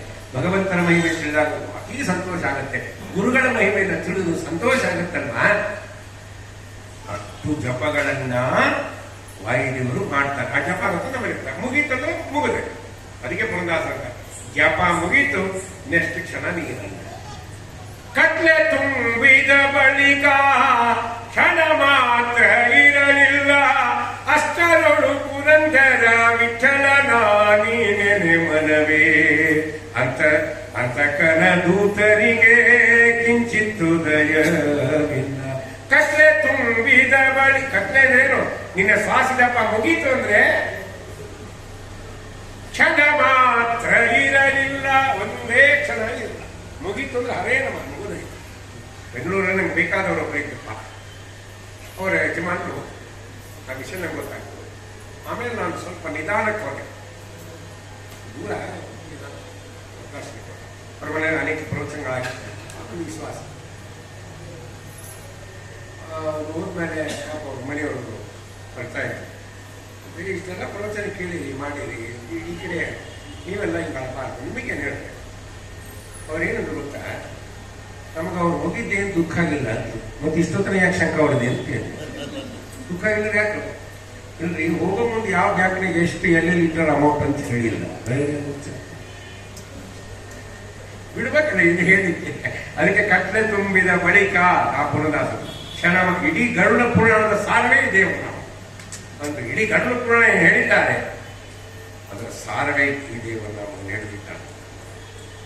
ಅದಕ್ಕೆ ಯಾವಾಗಲೂ ಸಾರ ಬಹಳ ರುಚಿ ಇರ್ತದೆ. ಸಾರ ಜ್ವರ ಬಂದಾಗ ಏನಿರ್ತಾರೆ ಡಾಕ್ಟರ್ ಏನ್ ತಿನ್ನಂತಾರೆ ಗೊತ್ತಲ್ಲ, ಅನ್ನ ಸಾರು ತಿನ್ನ ಹಿತ ಅದು. ಅದಕ್ಕೆ ಸಾರ ಭಾಳ ಚಲೋ ಇತ್ತು. ಅದಕ್ಕೆ ಹರಿಕಥಾಮೃತ ಸಾರ ಅಂತಿದ್ರು. ಇದೇ ಭಾಳ ಚಲೋ, ಸ್ವೀಕಾರ ಮಾಡ್ಬೋದು. ಅದಕ್ಕೆ ಅವರೊಬ್ಬ ವೈದ್ಯರ ಹತ್ರ ಹೋಗ್ತಾರೆ, ಡಾಕ್ಟರ್ ತುಂಬಾ ಏನಾಗಿದ್ರು, ಬಹಳ ನೋವಾಗ್ತವ, ದೇಹದಾಗೇನೋ ಸರಿ ಇಲ್ಲ ನೋಡಿ ಚೆಕ್ ಮಾಡಿದ್ರು. ವೈದ್ಯ ಮಾಡಿ ಹೇಳ್ತಾರೆ, ನಿಂಗೆ ತುಂಬಾ ಆರೋಗ್ಯ ಸರಿ ಇಲ್ಲಪ್ಪ, ಅದಕ್ಕೆ ಇಂಜೆಕ್ಷನ್ ಕೊಡ್ಲ. ಅವಂದ ನಂಗೆ ಇಂಜೆಕ್ಷನ್ ಅಂದ್ರೆ ಭಯ, ಚುಸ್ತಾರೆ ಅಂದ್ರೆ ಭಯ, ಬೇಡ ಇಂಜೆಕ್ಷನ್ ಬೇಡ, ಅದು ಬಿಟ್ಟು ಏನಾದರೂ ಕೊಡ್ರಿ.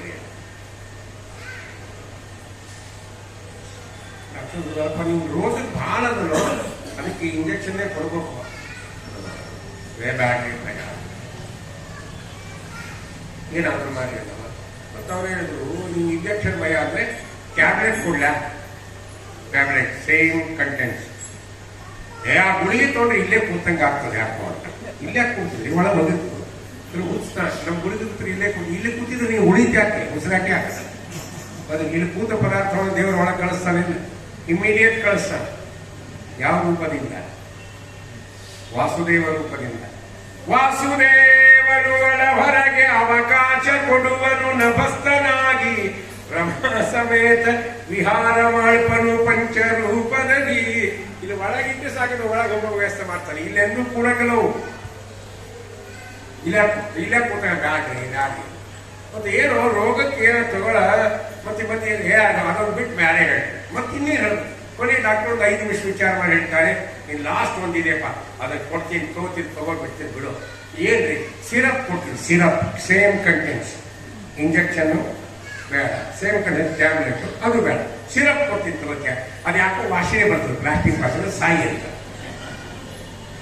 ಇರೋದು 3 ಆಪ್ಷನ್. ಇಂಜೆಕ್ಷನ್ ತಗೋ, ಇಲ್ಲಾಂದ್ರೆ ಏನ್ ತಗೋ, ಮಾತ್ರೆ ತಗೋ, ಇಲ್ಲಾಂದ್ರೆ ಏನ್ ಮಾಡು, ಸಿರಪ್ ಕುಡಿ, ಇಲ್ಲಾಂದ್ರೆ ಸಾಯಿ. ಇನ್ನೇನು ಹಾಗೆ ದೊಡ್ಡ ದೊಡ್ಡ ಗ್ರಂಥಗಳೆಲ್ಲೂ, ಸೂತ್ರಗಳು, ಆಚಾರ ಗ್ರಂಥಗಳೆಲ್ಲೂ ಇವು ಇಂಜೆಕ್ಷನ್ ಇದ್ದಂದ್ರಿ. ಕೆಲವರು ಗಾಬರಿ ಬರೋದು ಭಯಂಕರ. ಶಾಸ್ತ್ರ ನಮ್ಮಂತರು ನಾವು ಮಾಡಿಲ್ಲ, ಆಚಾರ್ಯಗೆ ಮಾಡ್ಯಾರ. ಆಚಾರ ಹಿಂಗೆ ಗಾಬರಿ ಬಿಡಬಾರ್ದು ಅಂತ ಹೇಳಿ ಮಾಡಿದ್ರು. ಸೇಮ್ ಕಂಟೆಂಟ್ಸ್ ಹಾಕಿ ಬರೋದ್ರು. ಮುಂದೆ ಬಂದ ಮಹಾನುಭಾವರು ಯಾರು ಟೀಕಾಕೃಷ್ಣಾದ್ರು ಮಹಾನುಭಾವರೆಲ್ಲ ಏನ್ ಮಾಡಿದ್ರು, ಅವರು ಮುಂದೆ ಆ ಸೇಮ್ ಕಂಟೆಂಟ್ಸ್ ಅನ್ನೇ ಟೀಕದಲ್ಲಿ ಬರೆದ್ರು. ಆ ಸೇಮ್ ಕಂಟೆಂಟ್ಸ್ ಅನ್ನೇ ಮತ್ತೆ ಮುಂದೆ ಒರೆಸಿದ್ರು. ವಿಜೇಂದ್ರ ತೀರ್ಥರು, ಸುಧೀಂದ್ರರು, ವ್ಯಾಸಪ್ರವರ್ತಿಗಳು, ಶ್ರೀಪಾದರಾಜರು, ರಘೋತ್ತಮ ತೀರ್ಥರು ಮೊದಲಾದ ಎಷ್ಟು ಮಂದಿ ಹೆಸರು ವಾದರಾಜ ಇವರೆಲ್ಲ ಏನ್ ಮಾಡಿದ್ರು, ಟಿಪ್ಪಣಿ ಬರೆದ್ರು. ಇವೆಲ್ಲ ಕ್ಯಾಪ್ಸೂಲ್ಸ್ ಇದ್ದವು. ನಿನಗೆ ಅಲ್ಲೇ ಅರ್ಥ ಆಗಲಿಲ್ಲ ಅಂದ್ರೆ ಏನ್ ಮಾಡು, ಇದನ್ನು ನೋಡು, ಅರ್ಥ ಆಗ್ತಾವ, ಸರಳ ಬರ್ತಾವ. ಇವು ಯಾಕೋ ಗಾಬರಿ ಆಗ್ತಾವ, ಬ್ಯಾಡ್ರಿ ಯಾಕೋ ಅದು ಇಲ್ಲೇ ಕೂತಂಗೆ ಆಗ್ತದೆ ಒಳಗೆಳೆ ಅಂದ್ರೆ. ಹರಿದಾಸ ಒಂದು ಸಿರಪ್ ರೆಡಿ ಮಾಡಿಕೊಟ್ಬಿಟ್ರು.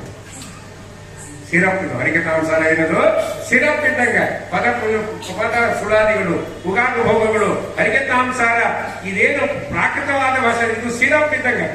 ಘಟಕ್ ಅಂದ್ಕೊಡಿ, ಲಟಕ್ ಅಂದ್ಕೊಡು, ಆರಾಮಾಗಿತ್ತು. ಇದು 3 ಬೇಡ ಅಂತ ಸಾಯಿ ರೋಗ ಇದೆ ನಿಮಗೆ. ಆ ರೋಗ ವಾಸಿ ಆಗ್ಕೊಂಡು ಇದೇ ಮೆಡಿಸನ್, ಇದು ಬಿಟ್ಟರೆ ಬೇರೆ ದಾರಿ ಇಲ್ಲ.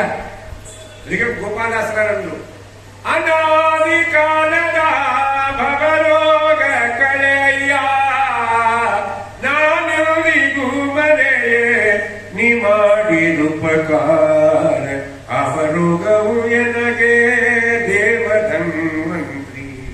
ಸಾವಧಾನದಿಯನ್ನ ಕೈ ಪಿಡಿದು ನೋಡಯ್ಯ. ನಂಗೇನಾಗಿದೆ ನೋಡ ಪ್ರಭು, ಅನಾದಿ ಕಾಲದ ರೋಗದೇನೋ, ಇದು ಕಡಿತಕ್ಕಂಥ ವೈದ್ಯ ನೀವೊಬ್ಬರೇ. ಅದಕ್ಕೆ ಭವರೋಗ ವೈದ್ಯ ಅವರು. ನಾನೆಂದಿಗೂ ಮರೆಯೇ ನೀ ಮಾಡಿದ ಉಪಕಾರ, ನೀ ಮಾಡಿದ ಉಪಕಾರವನ್ನು ನಾನು ಯಾವ ಕಾಲಕ್ಕೂ ಮರೆಯುವುದಿಲ್ಲ ಪ್ರಭು, ಉಪಕಾರ ಮಾಡುವುದು. ಅದಕ್ಕೆ ಇದೆಲ್ಲ ಹೇಳಿಕ್ ಬಂದ್ರೆ ಅಂದ್ರೆ, ಆ ವಾಯುದೇವರು ಅಷ್ಟು ಜಪಗಳನ್ನು ಮಾಡ್ತಾರೆ. 77,76,000 ಜಪಗಳನ್ನು 1 ವರ್ಷಕ್ಕೆ ಮಾಡ್ತಾರೆ. ಯಾರು ಈ ಚಿಂತನೆ ಮಾಡ್ತಾರೆ ಅವರ ದುರಿತಗಳನ್ನ ಪರಿಹಾರ ಮಾಡ್ತಾರೆ ಭಗವಂತ. ಸುರ ವಿರೋಧಿಗಳಿಗೆ ನೆಲೆಸಿದ್ದು ಅರವಿಂದೂರ ತಮೋಧಿಕಾರಿಗಳಿರವರಿತು ಸೋಹಂ ಉಪಾಸನೆ ಮಾಡಪ್ಪ ಅವರಂತೆ. ಈಗ ಹೌಸ ಮಂತ್ರವನ್ನ ಎಲ್ಲರಲ್ಲಿ ಒಂದೇ ತರ ಮಾಡಲ್ಲ ವಾಯುದೇವರು, ಭಿನ್ನ ಭಿನ್ನವಾಗಿ ಮಾಡ್ತಾರೆ. ಮಂತ್ರ ಇರೋದೊಂದೇ, ಆ ಮಂತ್ರವನ್ನ 3 ಭಾಗ ಮಾಡ್ತಾರೆ. ಮಂತ್ರ ಇರೋದೇನು, ಹಂಸ ಸೋಹಂ ಸ್ವಾಹ ಅಂತ. ಎಲ್ಲರಲ್ಲಿ ಇದನ್ನು ಒಟ್ಟಿಗೆ ಮಾಡಬೇಕು. ಸಜ್ಜನರಲ್ಲಿ ಹಂಸ ಅಂತ ಮಾಡ್ತಾರೆ. ಸಾತ್ವಿಕ ಜೀವನೊಳಗೆ ಏನ್ ಮಾಡ್ತಾರೆ, ಹಂಸ ಅಂತ ಜಪ ಮಾಡ್ತಾರೆ. ಹಂತಿ ಇತಿ ಹಂಸ ಅಂದ್ರೆ ಸಜ್ಜನರ ಸಂಸಾರ ಬಂಧನವನ್ನ ನಾಶ ಮಾಡ್ತಾರೆ. ಆದ್ರಿಂದ ಭಗವಂತಗೇನು ಹಂಸ ಅಂತ ಹೆಸರು. ಹಿಂದಿನವರು ಹೇಳ್ತಿದ್ರು, ಮಲಗಿದಾಗ ಅವರಲ್ಲಿ ಬರುವ ಉಸಿರಾಟವನ್ನ ಗಮನ ಕೊಟ್ಟು ಕೇಳಿದರೆ ಇವ ಸಾತ್ವಿಕ ಅಂತ ಹೇಳ್ಬೋದು ಅಂತ. ಇದೇ ಹೇಳ್ತೀವಿ. ಈಗ ಹೇಳಿಕ್ಕಾಗಲ್ಲ, ಯಾಕೆ ಎಲ್ಲ ಹೊರಕೆ ಟ್ರೈನ್ಯಾಗ ಹೋಗೋ ಮುಂದೆ ಅನುಭವ ಆಗಿರ್ತಾವ. ಅದಿಲ್ಲ, ಮ್ಯಾಲ ಹೋಗೋ ಮನೆಗಿರ್ತಾನೆ, ಕೆಳಗೆ ಹೋಗೋ ಮನೆಗಿರ್ತಾನೆ. ಮಿಡ್ಲಿ ಸೀಟ್ ನಮಗೆ ಬಂದಿರ್ತದ ಟ್ರೈನಾಗ. ಅದಿಲ್ಲ, ಅನಂತಾಸನ ಶ್ವೇತ ದೀಪ ವೈಕುಂಠ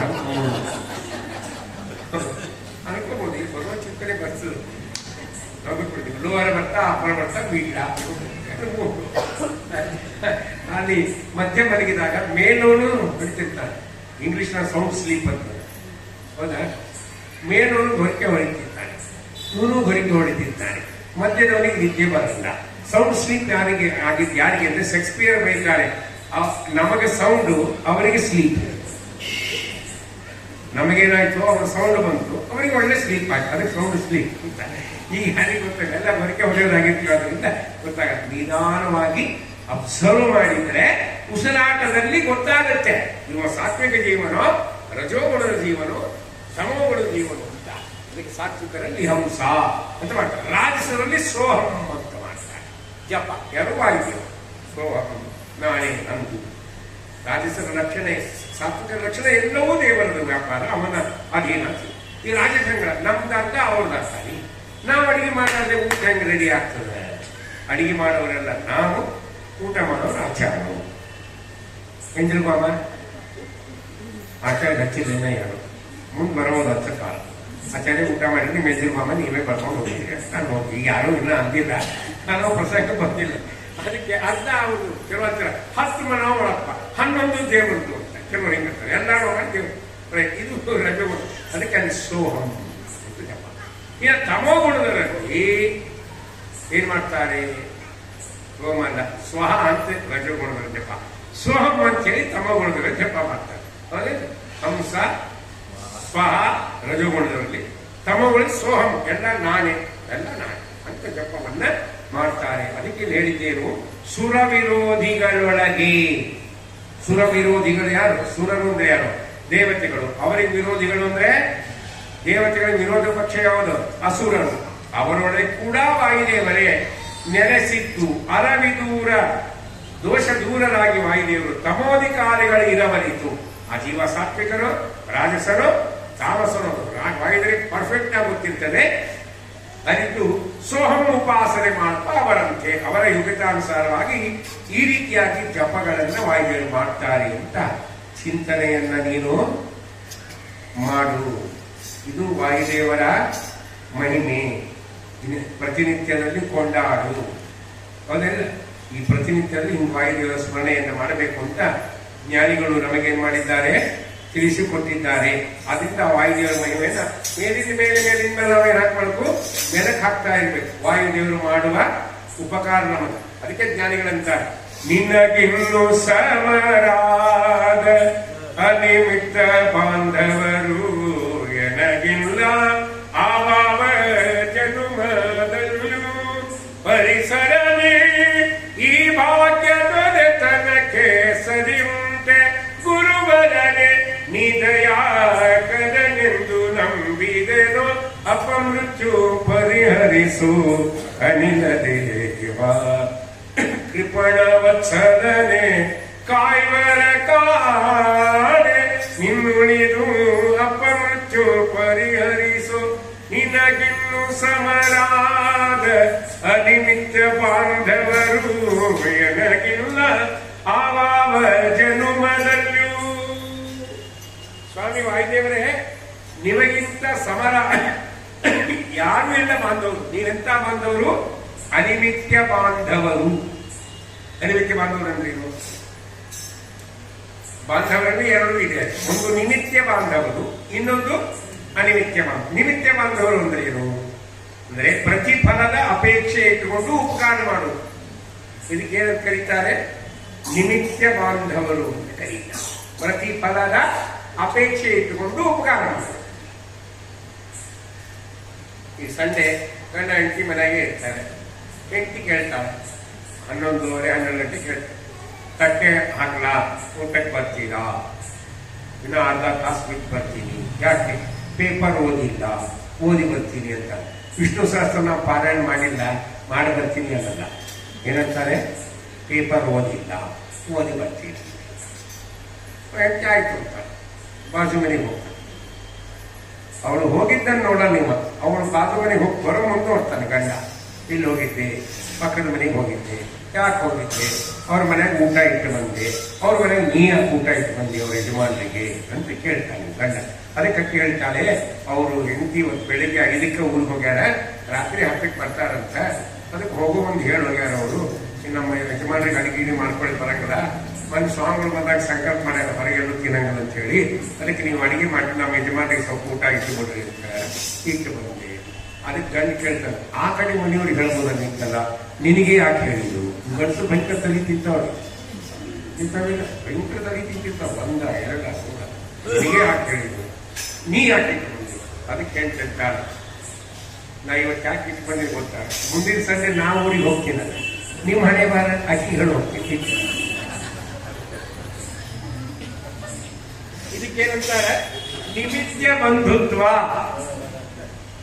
ಪ್ರತಿಫಲದ ಅಪೇಕ್ಷೆ ಈ ಸಂಜೆ ಒಳಗಿಟ್ಟು ಬಂದ್ರೆ ನೆಕ್ಸ್ಟ್ ಸಂಜೆ ನಾವು ಕಮೆಂಟ್ ಮಾಡಿ ಅವರು, ಇದು ಫಲ ಪ್ರತಿಫಲ. ಹಿಂಗ ಅನಿತ್ಯ ಬಂದವರು ಅಂದ್ರೆ ಪ್ರತಿಫಲದ ಅಪೇಕ್ಷೆಯಲ್ಲೇ ಉಪಕಾರ ಮಾಡುವರು, ಅದು ಸಜ್ಜನರ ಲಕ್ಷಣ.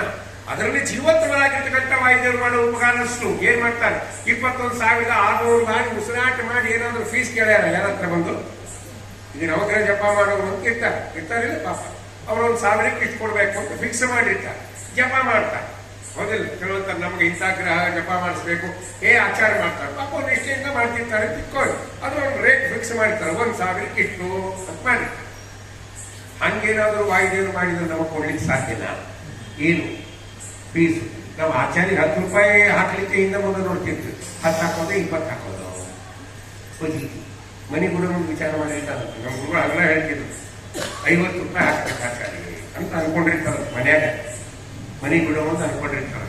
ಅದು ಮನೆ ಬಿಟ್ಟು ಇಲ್ಲಿ ಗೇಟ್ ತನಕ ಬರೋ ತನಕ ಅಂತ ಕೆಲಸ ಏನ್ ಮಾಡ್ತಾರೆ ಆಚಾರ್ಯ, ಮೈ ಕೂರ್ಕು ಶಕ ಬರ್ತಾರೆ.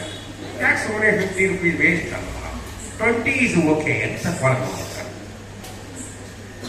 20 is okay, 30 ರೂಪಾಯಿ ಕಾಯಿಪಲ್ಲೆ ಬರ್ತದೆ, ಓಕೆ. ಒಳಗೆ ಪುರಾಣ ಕೇಳಿದ್ರು ವೈರಾಗ್ ಬಂದಿರ್ತದೆ, 10 rupees is sufficient. ಯಾವಾಗಲೂ ನಮ್ಮ ಈ ಥರದ ವ್ಯಾಪಾರಗಳು ಯಾವಾಗ ಆಗ್ತಿರ್ತಾವಪ್ಪ, ಅದಕ್ಕೆ ಮನಸ್ಸಿನಾಗ ಬಂದ್ರೆ ಏನ್ ಮಾಡ್ಬೇಕದನ್ನ ಕೊಟ್ಬಿಡ್ಬೇಕು, ಮುಂದೆ ನೋಡ್ತೀವಿ. ಅದಕ್ಕೆ ಕರ್ಣ ತಾನು ಎಣ್ಣೆ ಹಚ್ಕೊಳ್ಳುವಾಗ ಭಗವಂತ ಬ್ರಾಹ್ಮಣ ರೂಪದಿಂದ ಹೋಗಿ ದಾನ ಬೇಡಿದ. ಕರ್ಣ ಏನ್ ಮಾಡಿದ್ದ, ಎಡಗೈಲೇನೆ ಕೊಟ್ಟ ಭಟ್ರು. ಹೌದಾ? ಇವತ್ತು ನಮಗ್ ಜ್ಞಾನ ಇದೆ, ಏನು ಯಾವುದೇ ದಾನವನ್ನ ಎಡಗೈಯಿಂದ ಮಾಡಬಾರದು ಅಂತ ಅನ್ನೋದೇ ಇಲ್ಲ, ಹೊರಗಿಂದ ಮಾಡಬೇಕು. ಆದ್ರೆ ಕರ್ಣ ದೇವತೆ ಅಲ್ವಾ, ಸೂರ್ಯನ ಅವತಾರ, ಅವ ಎಡಗೈಯಿಂದ ಯಾಕೆ ಕೊಟ್ಬಿಟ್ಟ ಅಂದ್ರೆ ಎಣ್ಣೆ ಹಚ್ಕೊಂತಿದ್ದ, ಒಳ್ಳೆ ಬಂಗಾರದ ಬಟ್ಟಲು, ಒಳ್ಳೆ ವೇಟ್ ಗೀಟ್ ಎಲ್ಲ ಏಜ್ ಎಲ್ಲ ಚೆನ್ನಾಗಿದೆ, ಹಿಂಗೆ ಹಚ್ಕೊಳ್ಳು. ಕೇಳಿದ ತಕ್ಷಣ ಯಾಕೆ ಎಡಗೈನ ಕೊಟ್ಟ ಅಂದ್ರೆ ಆಚಾರ್ಯ ಹೇಳ್ತಾನೆ ನಿರ್ಣಯದಲ್ಲಿ, ಯಾಕೆ ತಕ್ಷಣ ಕೊಟ್ಟ ಅಂದ್ರೆ ಈಗ ಕೊಡಬೇಕು ಅಂತ ಮನಸ್ಸು ಬಂದಿದೆ, ಆ ಬಟ್ಟಲು ಎಡಗೈಯಿಂದ ಬಲಗೈ ಬರೋದ್ರೊಳಗೆ ಕೊಡಬಾರದು ಅಂತ ಮನಸ್ಸಿನಿಂದ ದಾನ ಕೊಟ್ಟು ಫಲ ಬರಲ್ಲ. ಬಹಳ ಸೂಕ್ಷ್ಮ ನೋಡ್ರಿ ಧರ್ಮಶಾಸ್ತ್ರ, ಕೊಡಬಾರದು ಅಂತ ಮನಸ್ಸು ಬಂದು ಕೊಟ್ರೆ ಫಲ ಬರಲ್ಲ, ಈಗ ಬಂದಿದೆ ತಕ್ಷಣ ಕೊಡ. ಅದಕ್ಕೆ ಮನಸ್ಸಲ್ಲಿ ಮಾಡಿದ್ದೀಯಾ ಅದನ್ನು. ಅದಕ್ಕೆ ಹನುಮಂತ ಬಂಧುತ್ವದಲ್ಲಿ ಇದು ಒಂದು ಸೇರ್ತದೆ. ಏನು ಅನ್ಕೊಂಡಿದ್ದ ತಕ್ಷಣ ಕೊಡ್ತಾರೆ. ವಾಯುದೇವರಿಗೆ ಎಷ್ಟು ಉಪಕಾರ ಮಾಡ್ತಾರೆ, ಹಾಗೆ ವಾಯುದೇವರಿಗೆ ಏನಾದ್ರು ಇಷ್ಟು ಜಪ ಕೇಳಿದ್ರೆ ಕೊಡ್ಲಿಕ್ಕೆ ಸಾಧ್ಯನ? ವಾಯುದೇವರಿಗೆ ಕೇಳ್ತಾರೆ, ಏನಮ್ಮ ಜಾಸ್ತಿ ಏನು ಕೊಡ್ಬೇಡ, ಒಂದ್ ಜಪಕ್ಕೆ ₹1 ಅಂತ ಕೊಡೋದ್ರೆ ಎಷ್ಟು ಕೊಡ್ಬೇಕು? ಈಗ ಎಷ್ಟು ಕೊಡ್ಬೇಕು? 21,600 ಕೊಡ್ಬೇಕು ದಿನ ಫೀಸು. ಯಾರಿಗೆ? ವಾಯುದೇವರಿಗೆ ಕೇಳಿದ್ರೆ ಕೇಳಲ್ಲ. ಸಿನಿಮಾ ಸಚ್ಚ ಹೇಳ್ತಾರೆ, ವಾಯುದೇವರಿಗೆ ಕೇಳಬಾರಪ್ಪ, ಬಂದವರೆಲ್ಲ ಇದ್ದಾರೆ ನಮ್ಮವರು, ಅಂದ್ರೆ ಕೇಳಲ್ಲ. ಕೊಟ್ಟರೆ 21,600 ಏನೋ ಕೊಟ್ಟಿವಿ ತಿಳ್ಕೊಳ್ಳಿ. I am IT company employee, that price 21,600 ಮುಖ್ಯ ಪ್ರಾಣ ಕೊಟ್ಟು ಕೂಡಲೇ ವಾಯುದೇವರು ಬ್ಯಾಗ್ನ ಹಾಕೊಂಡು ಕೇಳ್ತಾರೆ, ನಿಂಗೆ ಹೆಂಡತಿ ಬೇಕಾ ಬೇಡ? ಯಾಕೆ ಬೇಕು? ಮತ್ತೆ ಆ ಕಡೆ ನಿಂತು ಉಸಿರಾಟ ಮಾಡೋ ನಾನೇ, ಅವ್ರದ್ದು ಫೀಸ್ ಕೊಡೋದು 21,000 ಅಂದ್ರೆ ಹೆಂಡತಿದು ಕೊಟ್ಟ, ಮಕ್ಕಳು ಬೇಕಾ ಬೇಡ? ಮಕ್ಕಳು ಕೊಟ್ಟ, ನಾಯಿದು ಬೇಕಾ ಬೇಡ? ನಾಯಿ ಉಸಿರಾಟ ಮಾಡೋರೆ ವಾಯುದೇವ ಬೇಡ. ಜಗನ್ನಾಥನ ನಾಡಿ ಪ್ರಕಾಶ ಸಂಜೆ ಒಳಗೆ ಇರ್ತಾರೆ, ಒಂದ್ ದಿನಕ್ಕೆ ನಮ್ಮಲ್ಲಿ ಎಷ್ಟು ಜಪ ಆಗುತ್ತೆ ಗೊತ್ತಾ? ನಮಗೆ ದೇಹ ಇರೋದೆಷ್ಟು? 4. ಪ್ರತಿಯೊಂದು ದೇಹದಲ್ಲಿ 21,600 ಬಾರಿ. ಟೋಟಲ್ ಎಷ್ಟಾಯ್ತು ಈಗ? 86,400. ಒಬ್ಬರಿಗೆ ಎಷ್ಟು ಫೀಸ್ ಕೊಡ್ಬೇಕು ನಾವು ವಾಯುದೇವರಿಗೆ? 86,400 ರೂಪಾಯಿ ಕೊಡ್ಬೇಕು. ಅವ್ರಿಗೆ ಕೇಳಿದ್ರೆ ಕೇಳಲ್ಲ. ದೇವರ ಆಜ್ಞೆ ಮಾಡಿದ್ರೆ ಭದ್ರವಾಗಿರೋಣ, ಆನಂದವಾಗಿ. ಆ ವಿಷಯ ಬೇರೆ ಚಿಂತನೆ ಮಾಡಿದ್ರೆ ಯಶೋಕ. ಅದಕ್ಕೆ ದಾಸರ ನಿನಗಿನ್ನು ಸಮರಾದ ಅನಿಮಿತ್ತ ಬಾಂಧವರು ಎನಗಿಲ್ಲ ಭಾವ ಜನುಮದಲ್ಲೂ. ಎಷ್ಟು ಅನಿಮಿತ್ಯ ಬಂಧುತ್ವ, ಏನು ಕೇಳಾದ್ರೆ ಎಷ್ಟು ಉಪಕಾರ ಮಾಡ್ತಾರಲ್ಲ ವಾಯುದೇವರು. ಪರಿಸರನೇ ಈ ಭಾಗ್ಯ ತನಕ್ಕೆ ಸರಿ ಉಂಟೆ. ಸಂಕ್ರಾಂತರಾತ್ರಿಗೆ ನೋಡಲು ಇದು ಆಗತ್ತ ಅಂತ ಕೇಳಿಲ್ಲ, ಅದನ್ನೇ ಹೇಳ್ತಾರೆ ಜಗನ್ನಾಥರು. ಪರಿಸರನೇ ಈ ಭಾಗ್ಯದ ತನಕ್ಕೆ ಸರಿ ಉಂಟೆ. ಈ ನಿಮ್ಮ ಭಾಗ್ಯ, ನಿಮ್ಮದು ದೊರೆತನ, ಜೀವೋತ್ತಮತ್ವ, ಇದೇನು ಭಾಗ್ಯ ಇದೆ ನಿಮ್ಮ ಸ್ಥಾನ. ಇದಕ್ಕೆ ಯಾರಾದ್ರೂ ಸರಿ ಉಂಟಾ? ಇಲ್ಲ. ಪರಿಸರದಿ ಈ ಭಾಗ್ಯ ದೊರೆತನಕ್ಕೆ ಸರಿ ಉಂಟೆ. ಕರುಣಾಕರ ನೀನೆಂದು ನಂಬಿದೆನು, ಅಪಮೃತ್ಯು ಪರಿಹರಿಸು ಅನಿಲ ದೇವಾ ಕೃಪಣ ವತ್ಸಲರೆ. ಕಾಯ್ವರ ಕಾಣೆ ನಿನ್ನುಳಿದು. ನಮ್ಮ ರಕ್ಷಣೆ ಮಾಡೋರು ಯಾರು? ಬಾಯ್ದವ್ರು ತಾನೇ. ಅವ್ರು ಮಾಡಿದ್ರೆ ತಾನೇ ನಮ್ಮಲ್ಲೆಲ್ಲ ಇರೋದು. ಇನ್ನೊಂದು ಸುಂದರ 8 ಗಂಟೆ ಮುಗಿಸ್ತೀವಿ. 8 ಗಂಟೆ 10 ನಿಮಿಷ. ನೀವು ಯಾರು ವಾಚ್ ನೋಡಿಲ್ಲ, ಹಗಲೆಲ್ಲ ವಾಚ್ ನೋಡೋದು ನಾನೇ. ಅದಕ್ಕೆ ಮೊನ್ನೆ ಒಂದು ನಮ್ಗೆ ಸನ್ಮಾನ ಮಾಡ್ಯಾರ ಬೆಂಗಳೂರಾಗ. ಏನು ಸರ್ಟಿಫಿಕೇಟ್ ಕೊಟ್ಟಾರ ಗೊತ್ತಾ? ಪರಮಾತ್ಮನ ವಿಷಯಗಳನ್ನ, ವಾಯುದೇವ ವಿಷಯವನ್ನ, ಗುರುಗಳ ವಿಷಯವನ್ನ, ಶಾಸ್ತ್ರ ವಿಷಯವನ್ನ ಈ ಏಕಾಗ್ರತೆ ಕೇಳುವುದೇ ದೊಡ್ಡ ತಪಸ್ಸು ಕಲಿಯುವುದು. ಆ ಭಾಗ್ಯ ಕೊಟ್ಟಿದ್ದಾರೆ ದೇವರು. ಆದ್ದರಿಂದ ಇನ್ನು 10 ನಿಮಿಷ ಒಂದ್ ಕಡೆ ಮಾತಾಡ್ತಾರೆ ವಾಯುದೇವರ ಮಹಿಮೆ. ಒಂದು ಪ್ರಸಿದ್ಧ ದೇವರ ನಾಮದಲ್ಲಿ ಒಂದು ನುಡಿ ಇದೆ. ಏನು? ಅಜಸುತನ ಶಾಪದಿಂದ ಅಜಗರನಾದವನ ಪಾದರಜದಿ ಪುನೀತನ ಮಾಡಿದನೆ. ಅಜ ಪದವಿಗೆ ಬಹನೆ ಪವನ ಸಂಭೂತಾವಲಿ ತವಕದೇ ಕಾಯಬೇಕು.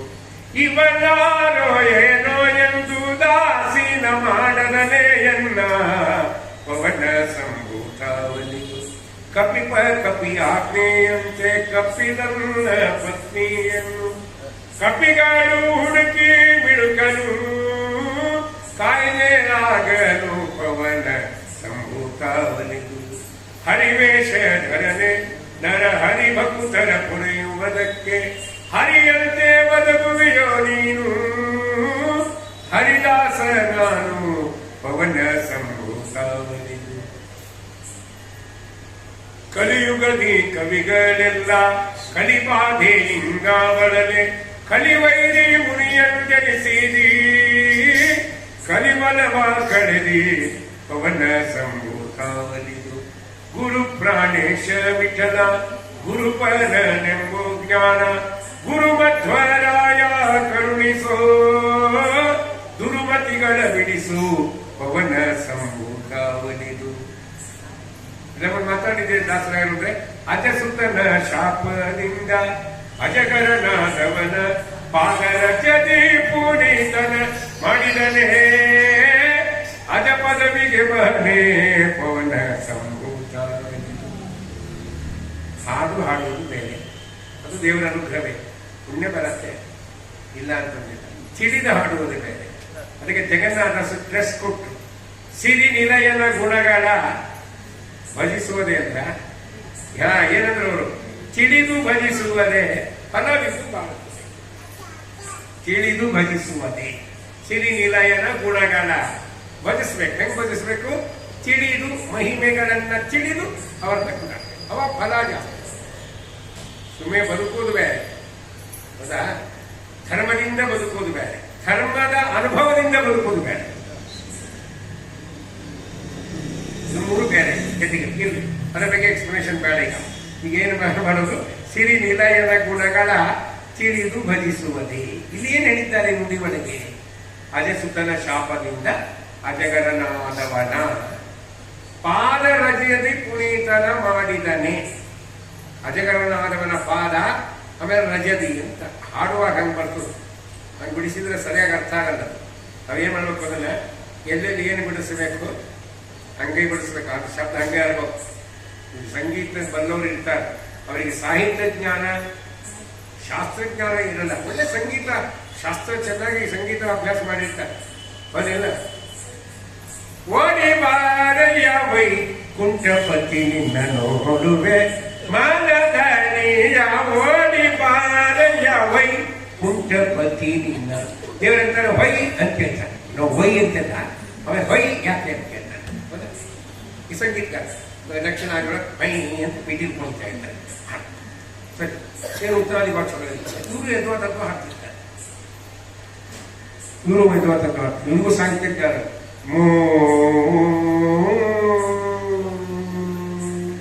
ಸುಮಾರು ಎಳಿತಿತ್ತವ್ರು ಹೇಳೋರ ಹಿಂದೂಸ್ತಾನ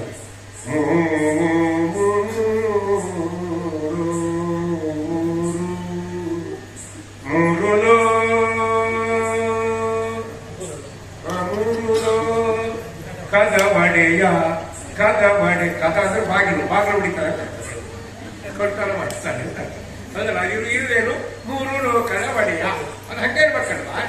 ಅದು ಮೂರು ಲೋಕದ ಬಡೆಯ ಕದ ಮಾಡಿ ಯಥಾತತ್ವ ಸಾಹಿತ್ಯ ಸಂಗೀತ ಇದೆ, ಸಾಹಿತ್ಯ ಜ್ಞಾನ ಇಲ್ಲ, ಶಾಸ್ತ್ರಜ್ಞಾನ ಇಲ್ಲ. ಒಂದ್ ಕಡೆ ಒಂದು ಕ್ಯಾಸೆಟ್ ಕೇಳಿ ಚೆನ್ನಾಗಿ ಹೇಳಿದ್ದಾವ, ಹುಬ್ಳಿಗೆ ಹೋಗ್ಬರ್ಬೇಕು ಜಾಸ್ತಿ ಕ್ಯಾಸೆಟ್ ಕೇಳಿ ಚೆನ್ನಾಗಿ ಆಡೋಣ. ಆ ಕಡೆ ಈ ಕಡೆಲ್ಲ ಸಂಗೀತ ಹುಚ್ಚು ಜಾಸ್ತಿ ನೋಡಿ, ಈ ಹಿಂದೂಸ್ತಾನಿ ಅಂತ ಮಾಡಿದ್ದ ಅವೇನು ಪಾಪ ಅವ್ರು ಹಾಕಿದ್ರು. ಹಾಕಿದ ಅದೇ ನುಡಿ ಬರ್ಬೇಕಾ, ಅದೇ ನುಡಿ ಮತ್ತೆ ನಮ್ಗೆ ಗಾಡಿ ಕೆಟ್ಬಿಡ್ತು. ಏನು ಮಾಡಿದ್ದವ ಹಾಡಲು ಅಂದ್ರೆ ಕರೀಮಾ ಕರೀ ಏನು ರಾಗ್ ಮಸ್ತ ಯಮನ್ ರಾಗ ಹಾಡ್ತ ಕರೀಮಾ ಕಾರಿಗೆ ಸಿಕ್ಕಿ ಮೊರೆಗಿಡುತ್ತಿರುವಾಗ ಆದಿಮೂಲ ಎಂಬ ನಾಮವೇ ಕಾಯ್ತು. ನನ್ನ ಹಿಂಸರಿಸಿದ್ದಾನೆ. ಕರೀಮಾ ಕಾರಿಗೆ ಸಿಕ್ಕಿ ಅದಲ್ಲ, ಹರಿಗೆ ಸಿಗ್ಲಿಲ್ಲ ಅಂತ ಕಾರಿಗೆ ಸಿಕ್ಕ ಲಾರಿ ಸಿಕ್ಕ. ಅದು ಕರೀಮಾ ಕಾರಿಗೆ ಸಿಕ್ಕಿಲ್ಲ, ಕರಿ ಮಕರಿಗೆ ಸಿಕ್ಕಿ ಮೊರೆಯಿಡುತ್ತಿರುವಾಗ ಕರಿ ಮಕರಿ. ಮಕರಿ ಅಂದ್ರೆ ಮೊಸಳೆ, ಕರಿ ಅಂದ್ರೆ ಆನೆ. ಆನೆ ಯಾರ ಬಾಯಿ ಸಿಕ್ತು, ಮೊಸಳೆ ಬಾಯಿ ಸಿಕ್ತು ಅಂತ ದಾಸರ ಹೇಳಿದ್ರು. ನಾವು ಎದುವ ತಂದ ಪಜಿತಿ ಆಗ್ಬಿಟ್ರೆ ಅರ್ಥದಲ್ಲಿ ವ್ಯತ್ಯಾಸ ಆಗುತ್ತಿಲ್ಲ. ಅದಕ್ಕೊಬ್ಬರು ಹಾಕ್ತಿದ್ ನೀರ್ ಯಾಕೋ ನೀನು ಹಂಗೆ ಹಾಕೋ, ದೇವ್ರ ಕೇಳ್ತಾರೆ ನೀ ಹಿಂಗೆ ಹಾಕೋ ಅನ್ನೋ ಕೇಳ್ತಾರೆ. ಹಂಗ ಹಾಡಬೇಕು ಹಂಗ ಹಾಡ್ತಾರೆ. ಅದಕ್ಕೆ ಇಲ್ಲಿ ಅಜಸುತನ ಶಾಪದಿಂದ ಅಜಗರನಾದವನ ಪಾದರಜನಿ ಪುನೀತನ ಮಾಡಿದರೆ ಅಂತ ವಾಯುದಲ್ಲಿ ಕೊಟ್ಟಾಗ ಅಂದ್ರೆ ಭಿಕ್ಷಣ್ಯವನ್ನ. ಇದು ಮಹಾಭಾರತದ ಕಥೆ ಇದೆ. ಏನು ಪಾಂಡವರು ವನವಾಸದಲ್ಲಿ ಇದ್ರಲ್ಲ, ಇದು ಯಾಕೆ ಕಥೆ ಬಂತು ಅಂದ್ರೆ ನಹುಷ ಇಂದ್ರ ಪಟ್ಟಕ್ಕೆ ಬಂದಿದ್ದ. ಇಂದ್ರದೇವರ ಪಟ್ಟ ಖಾಲಿ ಆಯ್ತು, ಬ್ರಹ್ಮಹತ್ಯೆ ದೋಷ ಬಂದಿತ್ತು. ಅವರು ತಪಸ್ಸು ಮಾಡಲಿಕ್ಕೆ ಆ ಮಾನಸ ಸರೋವರದಲ್ಲಿರ್ತಕ್ಕಂಥ ಕಮಲದ ನಾಳದಲ್ಲಿ ಕೂತು ತಪಸ್ಸು ಮಾಡ್ತಾ ಇದ್ದಾರೆ. 1000 ವರ್ಷ ನರಸಿಂಹ ಮಂತ್ರ ಜಪ ಮಾಡಿದ್ರು. ಯಾರು? ಇಂದ್ರದೇವರು. ಉಗ್ರಂ ವೀರಂ ಮಹಾವಿಷ್ಣುಂ ಜ್ವಲಂತಂ ಸರ್ವತೋಮುಖಂ ನರಸಿಂಹಂ ಭೀಷಣಂ ಭದ್ರಂ ಮೃತ್ಯು ಮೃತ್ಯುಂ ನಮಾಮ್ಯಹಂ ಈ ಜಪ ಮಾಡ್ತಿದ್ರು 1000 ವರ್ಷ. ಇಂದ್ರ ಪಟ್ಟ ಖಾಲಿ ಆಯ್ತು. ಅದಕ್ಕೆಲ್ಲ ದೇವತೆಗಳು ಋಷಿಗಳು ಸೇರಿ ಈ ಇಂದ್ರ ಪಟ್ಟಕ್ಕೆ ಕೂಡತಕ್ಕಂಥ ಯೋಗ್ಯವಾದ ವ್ಯಕ್ತಿಗಳು ಯಾರು ಅಂತ ಚಾಯ್ಸ್ ಮಾಡಿ ನಹುಷನನ್ನ ಚಾಯ್ಸ್ ಮಾಡಿದ್ರು. ನಹುಷ ಮಹಾಜ್ಞಾನಿ, ಒಳ್ಳೆ ತಪಸ್ವಿ, ಅವನನ್ನು ಚಾಯ್ಸ್ ಮತ್ತನ್ಕು ಅವನ ಅದ್ರ ಬ್ಯಾಡ ಬ್ಯಾಡ ಅಂದ್ರಿ ಕೂತ ಮೇಲೆ ಹುಚ್ಚಿರು ಬಿಡ್ತಕ್ಕ. ಒಂಥರ ಹುಚ್ಚಿರಿ ಇವೆಲ್ಲ. ಮೊದಲ ಪ್ರವಚನ ಮಾಡೋದಿರ್ತಾರಲ್ಲ, ಮೊದಲು ಬ್ಯಾಡ ಮಾಡಂತ ಕೂಸಿನ ಹೇಳೋದಿಲ್ಲ, ಒಬ್ಬರು ಮೈಕೆ ಕೊಡೋಣ ಅದಕ್ಕೆ ಹಂಗೆ ಒಂಥರ ಹುಚ್ಚನ್ನು ತಿಳ್ಕೊತ ಕೂತ್ಬಿಟ್ಟ. ಯಾವಾಗ ಪೀಠದ ಮೇಲೆ ಕೂತ ಇಂದ್ರ ಆಗ್ಬಿಟ್ಟ ತಕ್ಷಣ ಅವನಿಗೆ ಮನಸ್ಸಿನಲ್ಲಿ ಭಾವನೆ ಬಂತು, ನಾನು ಇಂದ್ರನಾಗಿದ್ದೇನೆ ಅಂದ್ರೆ ಇಂದ್ರನ ಹೆಂಡತಿ ಸಚಿದೇವಿ ನಾನು ಪಗಲ ಬಂದು ಕೊಡ್ಬೇಕು ಅಂತ ದುಷ್ಟ ಬುದ್ಧಿ ಬಂತು. ಹೇಳಿ ಕಳಿಸ್ತಿದ್ದ. ಏನು ಗಾಬರಿಯಲ್ಲ ಇಂದ್ರಿಗೆ. ಪಾಪ ಶಚಿದೇವಿ ನದಿಗೆ ಹೋಗ್ಬಿಟ್ರು. ರಾತ್ರಿ ದೇವತೆಯನ್ನು ಆರಾಧನೆ ಮಾಡಿದ್ರು. ರಾತ್ರಿ ದೇವತೆ ಯಾರು? ರಾತ್ರಿಗೆ ಅಭಿಮಾನಿ ಯಾರು? ದುರ್ಗಾದೇವಿ. ಅಜ್ಞಾನಕ್ಕೆ ಅಭಿಮಾನಿನಿ. ರಾತ್ರಿ ಅಂದ್ರೆ ಅಜ್ಞಾನ, ಅಜ್ಞಾನಕ್ಕೆ ಅಭಿಮಾನಿ ದುರ್ಗಾದೇವಿ.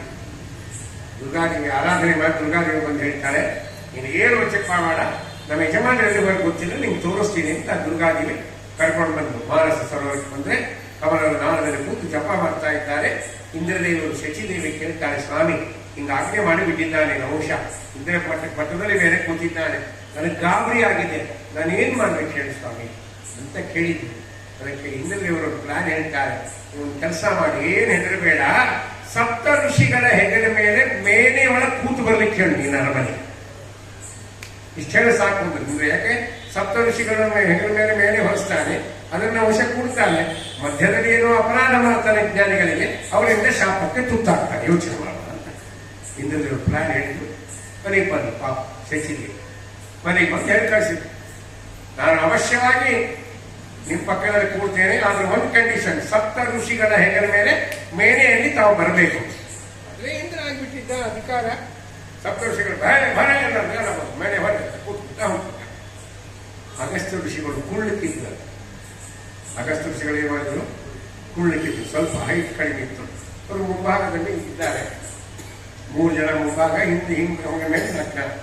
ಸ್ವಲ್ಪ ಕುಳ್ಳಕ್ಕಿದ್ದವ್ರು ನಿಧಾನ ನಡೀತಾರೆ ನೋಡಿ, ಹೈಟಿದ್ದವರು ಹೆಜ್ಜೆ ದೂರ ಇರ್ತಾರೆ, ಹೈಟಿದ್ದು ಸ್ವಲ್ಪ ಹಂಗೆ ಹೋಗ ಸ್ವಲ್ಪ ನಿಧಾನ ಹೋಗ್ತಾ ಇದ್ದಾರೆ. ಅಗಸ್ತ್ಯ ಇಂದ ನೌಷಧ ಲಘು ರೆಡಿ ಇದೆ ಅಂತ ಒಂದೆರಡು ಸರಿ ಹೇಳ್ತಾರೆ. ಅವರೇನು ಮುಂದೆ ಬಂದು ಮಾತಾಡಲಿಲ್ಲ, ಹೊರಟಿದ್ದಾರೆ. ಕೊನೆಗೆ ಏನ್ ಮಾಡ್ತಾರೆ, ಇಲ್ಲ ಆ ನೌಷ ತನ್ನ ಎಡಗಾಲಿಂದ ಅಗಸ್ತ್ಯ ಋಷಿಗಳ ತಲೆಗೆ ಹೊದ. ಯಾವಾಗ ಕಾರಣ ಮಾಡಿದ್ರು ಅಂತ ತಿರುಗಿದ್ರೆ ಏನು ಉತ್ಸಾಹ. ಜ್ಞಾನಿಗಳು ದೊಡ್ಡವರು ಸಣ್ಣವರು ಬುದ್ಧಿ ಇಲ್ವಾ, ಏನೋ ಅಧಿಕಾರ ಅಂತ ಬಂದಿದೆ, ಹಿಂಗ್ ಮಾಡ್ತೀಯ, ಅಜಗರನಾಗಿ ಬೀಳು ಅಂತ ಶಾಪ. ಹಾಗಾದ್ರೆ ಅಗಸ್ತ್ಯರು ಬ್ರಹ್ಮದೇವರ ಮಕ್ಕಳಲ್ಲ, ಮತ್ತು ಅಜಸ್ತರ ಶಾಪದಿಂದ ಅದರಲ್ಲಾದ್ರೆ ಅಗಸ್ತ್ಯ ಋಷಿಗಳ ಜಡೆಯಲ್ಲಿ ವಶಿಷ್ಠರು ಇದ್ರಂತವ. ವಶಿಷ್ಠರು ಬಂದರು, ವಶಿಷ್ಠರು ಬ್ರಹ್ಮದೇವರ ಮಕ್ಕಳು ತಾನೆ ಸಪ್ತ ಋಷಿಗಳಲ್ಲಿ ವಶಿಷ್ಠರು. ಅದಕ್ಕೆ ವಶಿಷ್ಠರು ಶಾಪ ಕೊಟ್ಟಿದ್ರು. ಯಾರಿಗೆ? ನಹುಷನಿಗೆ. ಅದಕ್ಕೆ ದಾಸರ ಹೇಳಿದ್ರು ಅಜಗರನಾಗಿ ಬೀಳು ಅಂತ. ಶಾಪ ಬಂದ ಕೂಡಲೇ ಹುಷಾರಾಗುತ್ತ ನಹುಷ. ಹಾಗಾಗಿ ಬಂದು ಕಾಲು ಇಟ್ಕೊಂಡ ಸ್ವಾಮಿ. ಇನ್ನೂ ಅಲ್ಲಿ ಮುಟ್ಟೇ ಇಲ್ಲ, ಸ್ಪಾಟ್ ಮಧ್ಯದಲ್ಲೇ ಶಾಪ ಆಗೋಯ್ತು. ಅಪರಾಧ ಮಾಡಿದ ದೊಡ್ಡವರಿಗೆ ಶಾಪ ಆಗೋಯ್ತು. ಕಾಲಿಟ್ಕೊಂಡ ಅಜಗರನಾಗಿ ಹುಟ್ಟು ಅಂತ ತಂದಿದ್ದೀರಿ. ಅಜಗರ ಜನ್ಮ ಬಹಳ ದುಃಖ ಜನ್ಮ. ಅಜಗರ ಅಂದ್ರೆ ಹೆಬ್ಬಾವು ಜನ್ಮ. ಅದಕ್ಕೆ ಹಿಮತ್ ಪರ್ವತದಲ್ಲಿ ಬೀಳು ಅಂತ ಹೇಳಿದ್ದೀರಿ, ಆ ಮನಸ್ಸರಲ್ಲಿ ಬೀಳ್ತೇನೆ, ನಾನು ಉದ್ಧಾರ ಹಿಂಗಾಗ್ತದೆ ಹೇಳ್ರಿ ಅಂತ ಶರಣಾಗತ ಬಂದಿದ್ದ. ಅದಕ್ಕೆ ಅವ್ರು ಹೇಳ್ತಾರೆ, ಮುಂದೆ ಯಾರು ಆ ಸರೋವರಕ್ಕೆ ಬರ್ತಾರಲ್ಲ, ನೀರು ಕುಡಿಲಿಕ್ಕೆ ಬಂದವ್ರನ್ನೆಲ್ಲ ನಿನ್ನ ದೇಹದಿಂದ ಸುತ್ಕೊಂಡು ನಿಂತ್ಕೊ. ಯಾರು ನೀನು ಸುತ್ಕೊಂಡು ನಿಂತಾಗ ತಮ್ಮ ಪ್ರಾಣ ಉಳಿಸಿಕೊಳ್ಳಿಕ್ಕೆ ಪ್ರಯತ್ನ ಪಡುವುದಿಲ್ಲವೋ ಅವರಿಂದ ನೀವು ಉದ್ಧಾರ ಹೇಳಿ. ಅವತ್ತೇ ಉಪಶಾಪ ಕೊಟ್ಟು ಅವತ್ತಿನ ದಿವಸ ಏನಾದವ ಅಜಗರನಾಗಿ ಕೆಳಗೆ ಬಿದ್ದ. ಅಹಂಕಾರ ಬಂದು ದೇವರು ಏನ್ ಮಾಡ್ತಾರೆ, ಕೆಳಗೆ ಹಾಕ್ತಾರೆ. ಕೆಲವರು ಏನ್ ಮೆರೀತಾರೆ, ಬೇರೆ ಎಷ್ಟು ದಿವಸ ಮೆರೀತಾರೆ ನೋಡ್ತೇವೆ, ಒಂದಿನ ಕೆಳಗೆ ಬೀಳ್ತಾರೆ ಅಂತಾರೆ. ಕೆಳಗೆ ಅಜಗರನಾಗಿ ಬಿದ್ದ. ಮುಂದೆ ಅನೇಕ ಜನ ಬಂದವರೆಲ್ಲ ಸುತ್ಕೋತಿದ್ದ, ಏನ್ ಮಾಡ್ತಿದ್ದಿಲ್ಲ. ಅಧಿಕಾರ ಸುತ್ಕೋಬೇಕು, ಅವ್ರು ಬಿಡಿಸ್ಕೊಳ್ಳಿಕ್ಕೆ ಪ್ರಯತ್ನ ಮಾಡ್ತಿದ್ರು, ಹೋಗ್ತಿದ್ರು. ಹಿಂಗ ಪಾಂಡವರು ಅಲ್ಲಿದ್ದಾಗ ಬಂತು, ವನವಾಸದಲ್ಲಿದ್ದಾಗ ಸಂಚಾರಕ್ಕೆ ಬಂದಾಗ ಅಲ್ಲಿ ಬರ್ತಾರೆ. ಅವಾಗೆಲ್ಲ ಧರ್ಮರಾಜರು ಬಂದಲ್ಲ. ಕೊನೆಗೆ ಭೀಮಸೇನದೇವರು ಬರ್ತಾರೆ, ನೀರು ಕುಡಿಲಿಕ್ಕೆ ಅಂತಲ್ಲ, ಅವನೇ ನೆಪ ಮಾಡ್ಕೊಂಡು ಬಂದ್ರು. ಅವಾಗ ಏನ್ ಮಾಡಿದ ಅಧಿಕಾರ, ಇವ್ರನ್ನ ಕಟ್ಟಿ ಹಾಕಿದ. ಅವಾಗ ಭೀಮಸೇನದೇವರು ಮಾಡಿದ್ರು, ತಮ್ಮ ಪ್ರಾಣ ಉಳಿಸ್ಕೊಳ್ಳಿಕ್ಕೆ ಅವರೇನು ಪ್ರಯತ್ನ ಮಾಡಲಿಲ್ಲ. ತಕ್ಷಣ ಅವನು ಉದ್ಧಾರ ಆಯಿತು. ಅದಕ್ಕೆ ಭೀಮಸೇನದೇವರ ಪಾದ ರಜದಿಂದ ಉದ್ಧಾರ ಮಾಡಿದ್ದಾರೆ ಅಜಗರನನ್ನು. ಆ ಮಾತು ದಾಸರು ಹೇಳ್ತಾರೆ, ಅಜಸುತನ ಶಾಪದಿಂದ ಅಜಗರನಾದವನ ಪಾದ ರಜದೇ ಪುನೀತನ ಮಾಡಿದನೇ. ಯಾರವರು? ಅಜಪದವಿಗೆ ಬಹನೆ. ಮುಂದೆ ಬ್ರಹ್ಮ ಪಟ್ಟಕ್ಕೆ ಬರ್ತಕ್ಕಂಥ ಮಾಹಿತಿ ಸ್ತೋತ್ರ ಮಾಡಿದ್ದಾರೆ. ಇದೆಲ್ಲ ಮಾಹಿತಿಗಳ ಮಹಿಮೆ 1, 2, 3 ಅನಂತ ಮಾಹಿತಿಗಳು. ಗರುಡಶೇಷ ರುದ್ರನಿಗೆ ವಾಯುದೇವರ ಮಹಿಮೆಯನ್ನು ಕೊಂಡಾಡಲಿಕ್ಕೆ ಸಾಧ್ಯ ಆಗಲ್ಲ ಅಂತ ವಾಯುಸ್ತುತಿಯು ಹೇಳ್ತಾರೆ. ವಿಷ್ಣೋರತ್ಯುತ್ತಮತ್ವ ಕೆಲ ಗುಣಗಣೆ ತತ್ರ ಭಕ್ತಿಂ ಗರಿತಾಂ ಸಂಸೃಷ್ಟೇ ಸೀದರಾಭ್ಯಂ ಅಮೋದ ಪರಿವಾರಾತ್ಮನ ಸೇವಕೇಶು ಯಸ್ಸಂಧತ್ತೆ ವಿರಿಂಚಿ ಸ್ವಸರ್ವಾನಂತ ರುದ್ರೇಂದ್ರ ಪೂರ್ವೆ. ಅನಂತ ಅಂದ್ರೆ ಶೇಷ, ರುದ್ರ ಅಂದ್ರೆ ರುದ್ರ, ಪೂರ್ವೆ ಅಂದ್ರೆ ಅವಳಾಗಿರ್ತೀವಿ. ಆದ್ಮೇಲೆ ಬರ್ತಕ್ಕಂಥ ಎಲ್ಲ ದೇವತೆಗಳಿಗೆ ವಾಯುದೇವರ ಮಹಿಮೆ ಗೊತ್ತಿಲ್ಲ ಅಂದ್ರೆ ನಮಗೇನು ಗೊತ್ತಿರ್ತದ್ರಿ? ಅಲ್ಪ ಸ್ವಲ್ಪ. ಅದು ದೇವರ ಅನುಗ್ರಹ, ವಾಯುದೇವರ ಅನುಗ್ರಹ, ದೇವತೆಗಳ ಅನುಗ್ರಹ, ತಂದೆ ತಾಯಿ ಮಾಡಿದ ಪುಣ್ಯ, ಗುರುಗಳ ಪರಮಾನುಗ್ರಹ. ಅದರಿಂದೇನು ಅಲ್ಪ ಸ್ವಲ್ಪ ತಿಳಿದಿದ್ದೇವೆ ನಾವು ನೀವು ಅಂದ್ರೆ ಇದೆಲ್ಲ ಕಾರಣ. ಅದಕ್ಕೆ ವಾಯುದೇವರನ್ನ ಆ ರೀತಿಯಾಗಿ ಕೊಂಡಾಡ್ತಾ ಇದೆ ಅಂತ ಹೇಳಿದ್ದಾರೆ. ಮುಂದೆ ಉಳಿದ ವಿಷಯಗಳನ್ನ ಮತ್ತೆ ನಾಳೆ ದಿವಸ ನೋಡಲಾಗುವುದು. ಶ್ರೀ ಗುರುಮಂತ್ರೇ ಶಾರ್ಪಣಮಸ್ತು. ಸರ್ವ ಇಂದ್ರಿಯ ಪ್ರೇರಕೇನ ಶ್ರೀ ಪ್ರಾಣಪತಿ ನಿಯಮಿತ ಯದವೋಚಮಹಂ